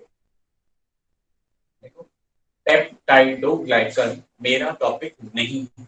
पेप्टाइडोग्लाइकन आपकी बॉटनी का ही टॉपिक है, क्योंकि प्रोकैरियोट्स उनके सेल वॉल उसका डिस्क्रिप्शन आपकी बॉटनी में ही आता है। तो आपके बॉटनी वाले सर ने जो कहा है उसको वैसे वैसे मान लो, उन्होंने आपको ज्यादा इन्फॉर्मेशन बताई, उस ज्यादा इन्फॉर्मेशन माइंड में रख लो। मैंने आपको एक लिटिल इन्फॉर्मेशन बताई है कि वो नाग और नाम से मिलके बने होते हैं पेप्टाइडोग्लाइकन्स, और वो प्रोटीन से जुड़े होते हैं। तो इट्स अ काइंड ऑफ, मैंने एक नटशेल में बताया, उन्होंने डिटेल में बताया। तो go with whatever he is telling you, ठीक है। मेरा काम तो सर आपको वहां से रिलेट कराना था कि देखो पेप्टाइडोग्लाइकन नाम की भी चीज है जो आपने बॉटनी में प्रोकैरियोट्स पढ़ी है, प्रोकैरियोट के सेल वॉल बना। तो that is what I was into the concept, ठीक है। बाकी क्या डिटेल्स है कि नाम नाम किस तरीके से जुड़ते हैं, ऊपर नीचे हॉरिजॉन्टल पेप्टाइड बॉन्ड से क्या जुड़ाते हैं, वो जुड़ाते हैं, वो डिटेल्स आपकी बॉटनी में सर ने बताया। कीप इट दैट वे, ठीक है। जैसे ये है ग्लाइसिलेरिया जेलिडियम, मैंने तुमको ये बात बताई। अब हो सकता है कि बॉटनी में वाले सर आपको और भी कुछ बताएं कि इसमें ये लीफ होती है, इस लीफ से हम अगैर लेते हैं लीफ को, या इस फ्लावर से लेते हैं, जो भी बताए फ्लावर तो क्या लीफ से लेते हैं या स्टेम से लेते हैं, और ये सब करते हैं। That is extra information he is adding up from that botany part. तो मेरा जो काम है वो बस सर बॉटनी को रिमाइंड कराना है कि यहाँ से रिलेटेड। बट हाँ जी सर सर जो प्रोटोजोआ है वो किस में आता है, मतलब बोटनी में आता है, जूलॉजी में आता है प्रोटोजोआ? प्रोटोजोआ, प्रोटोजोआ आपको सर पढ़ाएंगे। सर वो तो कह रहे थे कि जूलॉजी वाले सर पढ़ाएंगे। कौन कह रहा था? हाँ सर। सर वही कह रहे थे। अभिषेक सर कह रहा था यस सर। मैं पढ़ाऊंगा yes protozoa. Sir. Yes sir. चलो मैं उनसे बात कर लूंगा, उनसे पूछना ओके कि सर। लास्ट में किसने पढ़ाया था। आपके अभिषेक सर आपको अगली बार बोले कि प्रोटोजोआ मैं पढ़ाऊंगा, तो उनसे पूछना कि सर जूलॉजी वाले सर कह रहे थे कि लास्ट ईयर भी आप ही ने पढ़ाया था, तो आप ही पढ़ाना उसको। अगर वो मना करते तो मैं पढ़ा दूंगा, मतलब हम में से कोई एक पढ़ा देगा, चिंता मत करो, डोंट वरी ऑन दैट। ऐसा नहीं होगा कि मैं बोलूंगा कि बॉटनी से पढ़ाएंगे, बॉटनी से पढ़ाएंगे, जूलॉजी पढ़ाएंगे। We will talk, I talk to him, we will find it out, आपको पढ़ा दूंगा। वो नहीं पढ़ाएंगे तो मैं पढ़ा दूंगा, ठीक है। हालांकि मैं तुमको सच बता दूं कि मैंने प्रोटोजोआ मैंने कभी अपनी लाइफ में कभी जूलॉजी के कॉन्टेक्स्ट में डिस्कस नहीं किया, क्योंकि हम एनसीईआरटी के हिसाब से जाते हैं, एंड एनसीईआरटी के हिसाब से प्रोटोजोआ इज प्रोटिस्टा, एंड मेरे हिस्से में सिर्फ एनिमल किंगडम है। फंजाई, प्लांटे, प्रोटिस्टा, मोनेरा उनका है, तो he is the one who should be teaching you protozoa logically, but yes, if he denies the fact that because it is protozoa, the primitive animal, and I should teach it, then of course, if he says so, then I have to agree on the context की ये पढ़ा। But yes, बाकी I don't know। चलिए, thank you, आपने मुझे बता दिया, ठीक है, ताकि आपका कोई नुकसान नहीं होना चाहिए, आपको पढ़ना है ही। तो ये हो गया आपकी बात, इसकी बात हो गई है आपके पॉलीसैकेराइड्स की बात। एक छोटी सी बात और करनी है, reducing and non-reducing sugars, reducing and non-reducing sugars।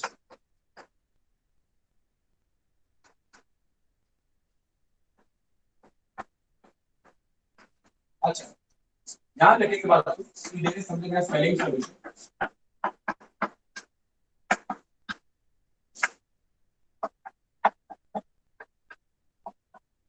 Fehling solution, अब फेलिंग सॉल्यूशन एक सॉल्यूशन है जिसमें कॉपर होता है Cu2+ की फॉर्म में, और ये कन्वर्ट हो सकता है Cu+ की फॉर्म में। कॉपर Cu2+ से जब प्लस में आएगा, ठीक है, तो मतलब ये रिड्यूस हो जाएगा, जिसकी रिड्यूस फॉर्म। तो जो शुगर कॉपर की इस फॉर्म को इसमें कन्वर्ट कर सकती है उसको हम बुलाएंगे रिड्यूसिंग शुगर, और नहीं कर पाएगी वो नॉन रिड्यूसिंग शुगर। अब आपको इसके डिटेल से बहुत सारी है, लेकिन हम उस डिटेल में नहीं जाएंगे, हम सिर्फ क्वेश्चन बेस्ड बात करेंगे। रिड्यूसिंग शुगर जनरली वो शुगर होती है जिसका जो फंक्शनल ग्रुप है, चाहे वो एल्डिहाइड हो चाहे वो कीटोन हो, वो फ्री होता है। फ्री मतलब वो ग्लाइकोसिलिक बॉन्ड में पार्टिसिपेट नहीं कर रहा होता, ठीक है, क्लियर पॉइंट। तो मैं आपसे ये बोलना चाहूंगा कि ग्लूकोज, एक ग्लूकोज अकेला जो है, अकेला पड़ा हुआ है, अब बताओ उसमें कितने ग्लाइकोसिलिक बॉन्ड है? एक ग्लूकोज में कितने ग्लाइकोसिलिक बॉन्ड होते हैं?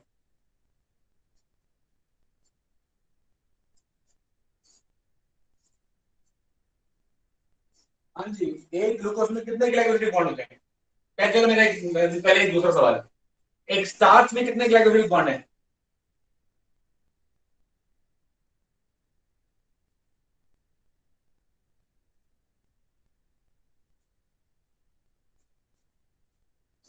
स्टार्च में कितने ग्लाइकोसिलिक बॉन्ड है?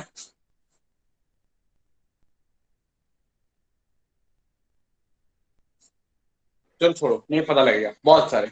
सुक्रोज में कितने ग्लाइकोसिलिक बॉन्ड है? सर 1। 1। एक। ओके, ग्लूकोज में?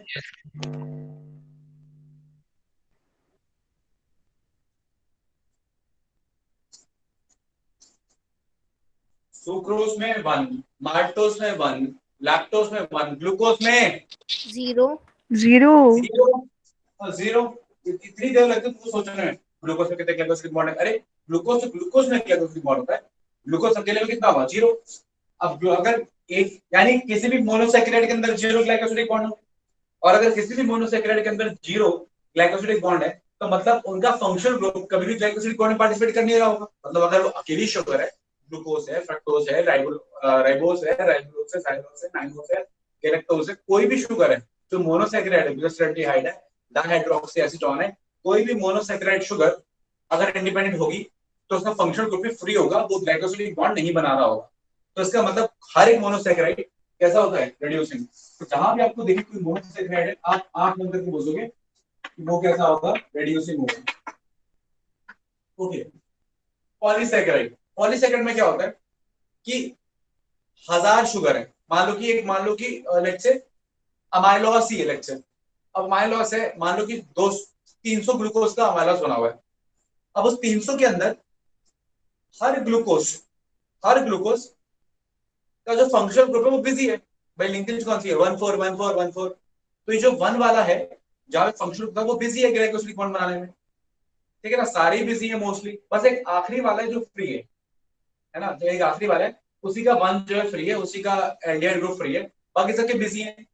तो वो एक फ्री है इन रेशियो टू 200, मतलब 200 का या 300 का अगर स्टार्च है तो 299 ग्लूकोज ग्लाइकोसिडिक बॉन्ड बना रहे हैं और उसका 1 बिजी है और सिर्फ एक का फ्री है। तो हम ओवरऑल उसको बोल देते हैं कि ओवरऑल वो क्या है, नॉन रिड्यूसिंग है। कैसा है, नॉन रिड्यूसिंग। तो पॉलीसैकेराइड्स मेनली कैसे होते हैं, नॉन रिड्यूसिंग। तो आप पॉलीसैकेराइड क्या बोलते हैं, नॉन रिड्यूसिंग बोलते हैं। हाँ, लेकिन अब हंसना मत। अब अगर स्टेटमेंट आई कि polysaccharides for example starch have a reducing and, तो वो बात सही है। तो इसको जो एंड है वो वाले पार्ट में 1 फ्री है। भाई सिंपल है ना, ये लीकेज कैसी होती है, 1 4 1 4 1 4 और आखिरी वाले का 1 यहाँ पे फ्री है, ये किससे जुड़ा नहीं हुआ, ठीक है ना, और इधर उसका 4 होगा है। तो जो आखिरी वाला है ना उसका 1 फ्री होता है, तो उस 1 फ्री की वजह से वो रिड्यूसिंग, वो एंड रिड्यूसिंग होता है थोड़ा सा। ओवरऑल शुगर नॉन रिड्यूसिंग है, लेकिन वो एक एंड छोटा सा कैसा है, रिड्यूसिंग एंड बोलते हैं उसको। तो आप ऐसा बोल सकते हैं, कोई बोले starch has a reducing end, that's true. Starch is a reducing sugar, that's false. Got it, clear है पॉइंट? ओके, तो नॉन आपके सॉरी पॉलीसैकेराइड्स इसके पास रिड्यूसिंग एंड है पर रिड्यूस शुगर नहीं है सर, ये समझ में नहीं आया। क्या समझ नहीं आया, अभी आ जाएगा। अभी मैं तुम्हें 2 एग्जांपल दे रहा हूं,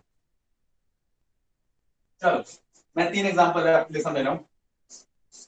ग्लूकोज है, ग्लूकोज के साथ है, ठीक है, लिंकेज है 1 4 1 4। माल्टोस है, कौन है, माल्टोस। ग्लूकोज है, ग्लूकोज के साथ है, लिंकेज है 1 1 ट्री हेलोस है। ग्लूकोज है, फ्रक्टोज के साथ है, लिंकेज है 1 2, लेकिन ये अल्फा ये बीटा, ठीक है, ये अच्छा। अब इन तीनों की बात करते हैं, मेरी बात ध्यान सुनना, इन तीनों से आपको सब समझ आ जाएगा। ये ग्लूकोज 1, ये ग्लूकोज 4। अब इसकी बात करें तो इसका 1 तो बिजी है इसके साथ बॉन्ड बनाने, ठीक है, इसका जो फर्स्ट कार्बन है बिजी है इसके साथ बॉन्ड बनाने में, लेकिन इसका वाला जो 1 होगा वो तो फ्री होगा, वो तो खाली बैठा है। तो ये वाली जो शुगर है माल्टोस, ये कैसे हो जाएगी, रिड्यूसिंग हो जाएगी। क्लियर पॉइंट, आ रही बात समझ में? देखिए पॉलीसैकेराइड में तो रेशियो ये था ना 299:1, तो वहां पे पल्ला किसका भाई था, नॉन रिड्यूसिंग का भाई, नॉन रिड्यूसिंग बोल दिया। लेकिन यहाँ पे 50-50 है, तो इसमें अगर दो ही है, दो में अगर एक भी रिड्यूसिंग होता है तो मोर रिड्यूसिंग बोल देते हैं, ठीक है ना। तो यहाँ पे माल्टोस की कॉन्टेक्स्ट में, क्योंकि ये वाला ग्लूकोज रिड्यूसिंग है, जो ओवरऑल शुगर को क्या बना देगा बेटा, रिड्यूसिंग बना देगा। तो माल्टोस क्या हो गई, रिड्यूसिंग हो गई। आ जाओ ट्री हेलोस पे, ट्री हेलोस पे, ट्री हेलोस पे। ट्री हेलोस में क्या ग्लूकोज है, ग्लूकोज है, इसके बाद इसका भी 1 बिजी, इसका भी 1 बिजी, इसका भी 1, इसका भी, दोनों के अपने 1 क्या है, बिजी है। दोनों के एल्डिहाइड ग्रुप क्या है, बिजी है। क्या बनाने में, ग्लाइकोसिडिक बॉन्ड बनाने में। तो दोनों ये ओवरऑल शुगर कैसे होंगे बेटा,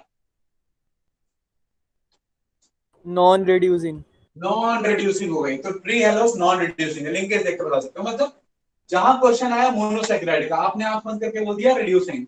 जहां क्वेश्चन आया पॉलीसैकेराइड का, आपने बोल दिया नॉन रिड्यूसिंग। प्रॉब्लम सिर्फ डाइसैकेराइड के साथ आएगी, वहां पे आप लिंकेज देख लोगे। अच्छा, इस पे आप glucose fructose alpha 1 2 beta bond, क्या लगता है, reducing non reducing? Non reducing. कैसे, फ्रक्टोज का तो 1 फ्री है। सर वो कीटोज होता है शायद। वेरी गुड, ये बहुत बढ़िया बात कही है यशिका ने कि फ्रक्टोज तो कीटोज है, और कीटोज का फंक्शन ग्रुप होता है सेकंड कार्बन पे, तो उसका फंक्शन ग्रुप क्या है, बिजी है। तो यहाँ देखो फ्रक्टोज में हम 1 ही देखते हैं, फ्रक्टोज में क्या देखते हैं, 2। तो ग्लूकोज का फंक्शन ग्रुप 1 पे वो बिजी, चलो वो वाला ग्लूकोज को मार दो गोली, वो तो हो गया नॉन रिड्यूसिंग। फ्रक्टोज उसका खुद का भी फंक्शनल ग्रुप बिजी, क्योंकि फ्रक्टोज कीटोज है और उसका फंक्शनल ग्रुप सेकंड कार्बन पे होता है, वो भी क्या हो गया, बिजी। तो सुक्रोज कैसी हो गई? सुक्रोज हो गई नॉन रिड्यूसिंग। तो जनरल एग्जांपल अगर मैं लिखूं तो अगर देखो ये तो हुआ तरीका समझने का, बाकी जिनको ना समझ में आया वो रट्टा मार ले। जिनको रट्टा मारना उनके बता देता हूँ कि जब आप रिड्यूसिंग की बात करोगे तो कोई आपसे पूछेगा, रिड्यूसिंग में आप बोलोगे माल्टोस, लैक्टोस, ठीक है, ये हो गई आपकी रिड्यूसिंग वाली। और नॉन रिड्यूसिंग में आ जाएगी फ्रीहलोस,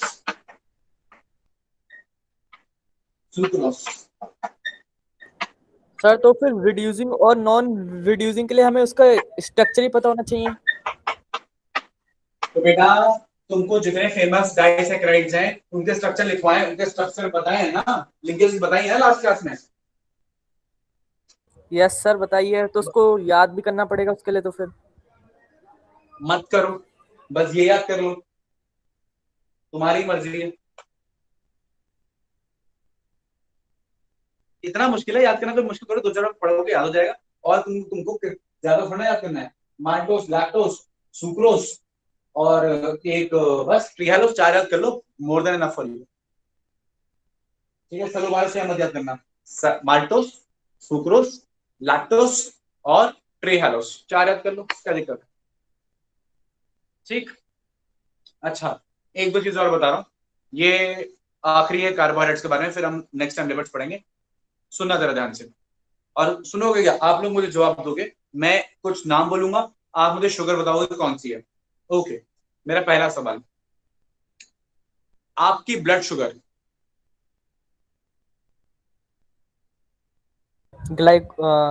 ग्लूकोज। Glucose, good. आपकी, सॉरी आपकी छोड़ो, फ्रूट शुगर। फ्रुक्टोज। फ्रक्टोज। हाँ fructose, very good. Grape sugar, grape अंगूर ग्लूकोज। की शुगर, ग्लूकोज। ग्लूकोज। याद रखना कि बाकी फ्रूट्स में फ्रक्टोज डोमिनेंट है, लेकिन जो ये है क्या नाम है इसका, भूल जाता हूं मैं, ग्रेप्स, उसमें ग्लूकोज है, ठीक है, तो ग्रेप शुगर इज ग्लूकोज। अच्छा, cane sugar, sucrose. Sucrose. Milk sugar, lactose. Lactose, very good. Malt sugar, maltose. Maltose. कौन? मैल्टोज। Maltose, very good. अच्छा, वेरी गुड, ये सारी चीजें आपको क्लियर है। तो ये सारी बातें आपको क्लियर होनी चाहिए, ठीक है। एक आध और पूछना था मुझे, मैं भूल गया। सुक्रोज, ग्लूकोज, इलेक्ट्रोज, सैक्रोज, मिल्क शुगर, अच्छा insect sugar, insect blood sugar, trehalose. Trehalose, trehalose, very good, ठीक है। तो आई सपोज आपको ये पॉलीसेकेराइड्स क्लियर है, कोई डाउट नहीं है, कोई भी क्वेश्चन आएगा तो आप पॉलीसेकेराइड से कर लोगे। कैसे कैसे क्वेश्चन? मान लो किसी ने आपसे अगर मोनोसेकेराइड्स के बारे में पूछ लिया तो आप कर लोगे, किसी ने आपसे ग्लूकोज का स्ट्रक्चर पूछ लिया या राइबोस पूछ लिया, डीऑक्सीराइबोस पूछ लिया तो आप कर लोगे, कोई जिसने आपने ग्लाइकोसिडिक बॉन्ड पूछ लिया तो आप कर लोगे, किसी ने आपको मॉलिक्यूलर फार्मूला दे दिया शुगर का और बोला कि इसका पॉलीसेकेराइड बन रहा है, बताओ कितने कितने ग्राम का उसका वेट होगा, आप उसके हिसाब से वेट भी उसका निकाल लोगे, आपको आइडिया है कि आपको वाटर माइनस करना है जितने भी ग्लाइकोसिडिक बॉन्ड है उसमें, ये याद रखना, ये की है, ये भी आप बता दोगे। फिर आपसे कोई डाइसेक्राइड पूछेगा आप वो बता दोगे, कोई पॉलीसेक्राइड पूछेगा बता दोगे, रिड्यूसिंग नॉन रिड्यूसिंग बता दोगे, फलिंग सॉल्यूशन बता दोगे। तो आई सपोज इससे ज्यादा आपको कोई नहीं पूछेगा नीट या एम्स में, ठीक है। यहाँ एम्स में मेरा मतलब है कि ओवरऑल नीट के एग्जाम में थोड़ा टफ दिया जाएगा तो भी आप उसको सारे आंसर दे दोगे, हेटेरो होमो पॉलीसेक्राइड बता दोगे, है ना, ठीक। तो I don't suppose there is any doubt, कोई डाउट है तो पूछ लो, आज की क्लास में नहीं। हाँ जी सिर्फ फेलिंग सॉल्यूशन समझ नहीं आया अभी ढंग से। बेटा, फेलिक सॉल्यूशन एक तरीके का सॉल्यूशन होता है, जैसे iodine solution, Tollens reagent, Benedict solution, ये साइंटिस्ट से फेलिंग उनके नाम पे दिया गया। ये एक्चुअली का बड़ा कॉम्प्लिकेटेड केमिकल कॉम्पोजिशन होता है, 12th में पढ़ाया जाता है आपको, ठीक है ना, एवरीडे लाइफ केमिस्ट्री में फेलिक सॉल्यूशन का कॉम्पोजिशन, और काफी कॉम्प्लिकेटेड है, इसलिए मुझे भी उतना आइडिया नहीं है, मतलब बहुत पहले मैंने ही पढ़ा था, बट अभी मेरे को भी एग्जैक्टली इसका केमिकल फॉर्मूला याद नहीं, बस मुझे जो कॉन्सेप्ट है वो पता है कि इसमें क्यूब आयंस होते हैं, CO2 प्लस आयंस होते हैं जो कन्वर्ट होते हैं CO2 प्लस में, जिसको रिड्यूसिंग नेचर कहते हैं। मतलब आप समझो कि शुगर हमने कैसे लिया हुआ है, पानी में सोल्यूशन लिया हुआ है, मतलब एक ग्लास शुगर ले लिया हमने, उसमें मैंने 2-3 ड्रॉप सेलिंग सॉल्यूशन के डाले। अब अगर वो मिक्सचर जो मैंने 2-3 ड्रॉप डाले अगर वो रेड कलर से उभर के आ गया, मतलब उस सॉल्यूशन ने उसको रिड्यूस कर दिया है, मतलब वो शुगर कौन सा है, रिड्यूसिंग है। और अगर मैं 2-3 ड्रॉप सेलिंग सॉल्यूशन डाले और रेड कलर उभर के नहीं आया, ठीक है, तो मतलब वो सॉल्यूशन कैसा है, नॉन रिड्यूसिंग है। तो पॉलीसेकेराइड में जब भी हम डालते हैं ऐसे, तो कोई कलर उभर के नहीं आता। हाँ, खूब सारा डाल देंगे, बहुत ही ज्यादा एग्जैजरेटेड अमाउंट में डाल देंगे सेलिंग सॉल्यूशन, फिर थोड़ा थोड़ा हल्का कलर आ जाएगा because of the reducing and, लेकिन उस तरह ज्यादा डालना पड़ रहा है इसलिए हम उसको प्रॉपर्ली रिड्यूसिंग बोलते नहीं, नॉन रिड्यूसिंग ही बोलते हैं। समझ रहे हो मेरी बात? तो वैसे मैं सॉल्यूशन बनाया, एक तरफ माल्टोस का, एक तरफ ट्री हालोस का, तो माल्टोस में लाल रंग आएगा, ट्री हालोस में नहीं आएगा। Got it? सर ये टेस्ट एक तरीके का। हाँ सर जो Cu2+ है वो Cu+ में चेंज हो रहा है, तो वो ऑक्सीडाइज हो रहा है, रिड्यूस हो रहा है। देखो, जहां तक मेरी केमिस्ट्री कहती है मेरे ख्याल से तो रिड्यूस हो रहा है भाई। सर क्योंकि गेन ऑफ इलेक्ट्रॉन तो ऑक्सीडेशन होता है, तो ये ऑक्सीडाइज होना चाहिए था क्योंकि इसमें इलेक्ट्रॉन गेन हो गेन रहा ऑफ इलेक्ट्रॉन रिड्यूसिंग होता है मेरे भाई। है। सर इलेक्ट्रॉन का एडिशन रिडक्शन होता है और loss of electron is oxidisation. Okay sir. इतनी केमिस्ट्री तो मैं भी जानता हूँ। क्यों बाकी लोग मेरे से एग्री करते नहीं करते? मेरे को भाई क्या Yes, sir. Sir addition of electron is reducing and removal of electron is oxidising. Clear? Yes sir. जी चलिए, तो बाकी बात अगली क्लास में करेंगे। सर हाँ जी कृष्णा बोलिए।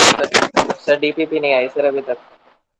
जी अब क्योंकि डीपीपी इसलिए अटक गई, आ जाएगी। Anything else?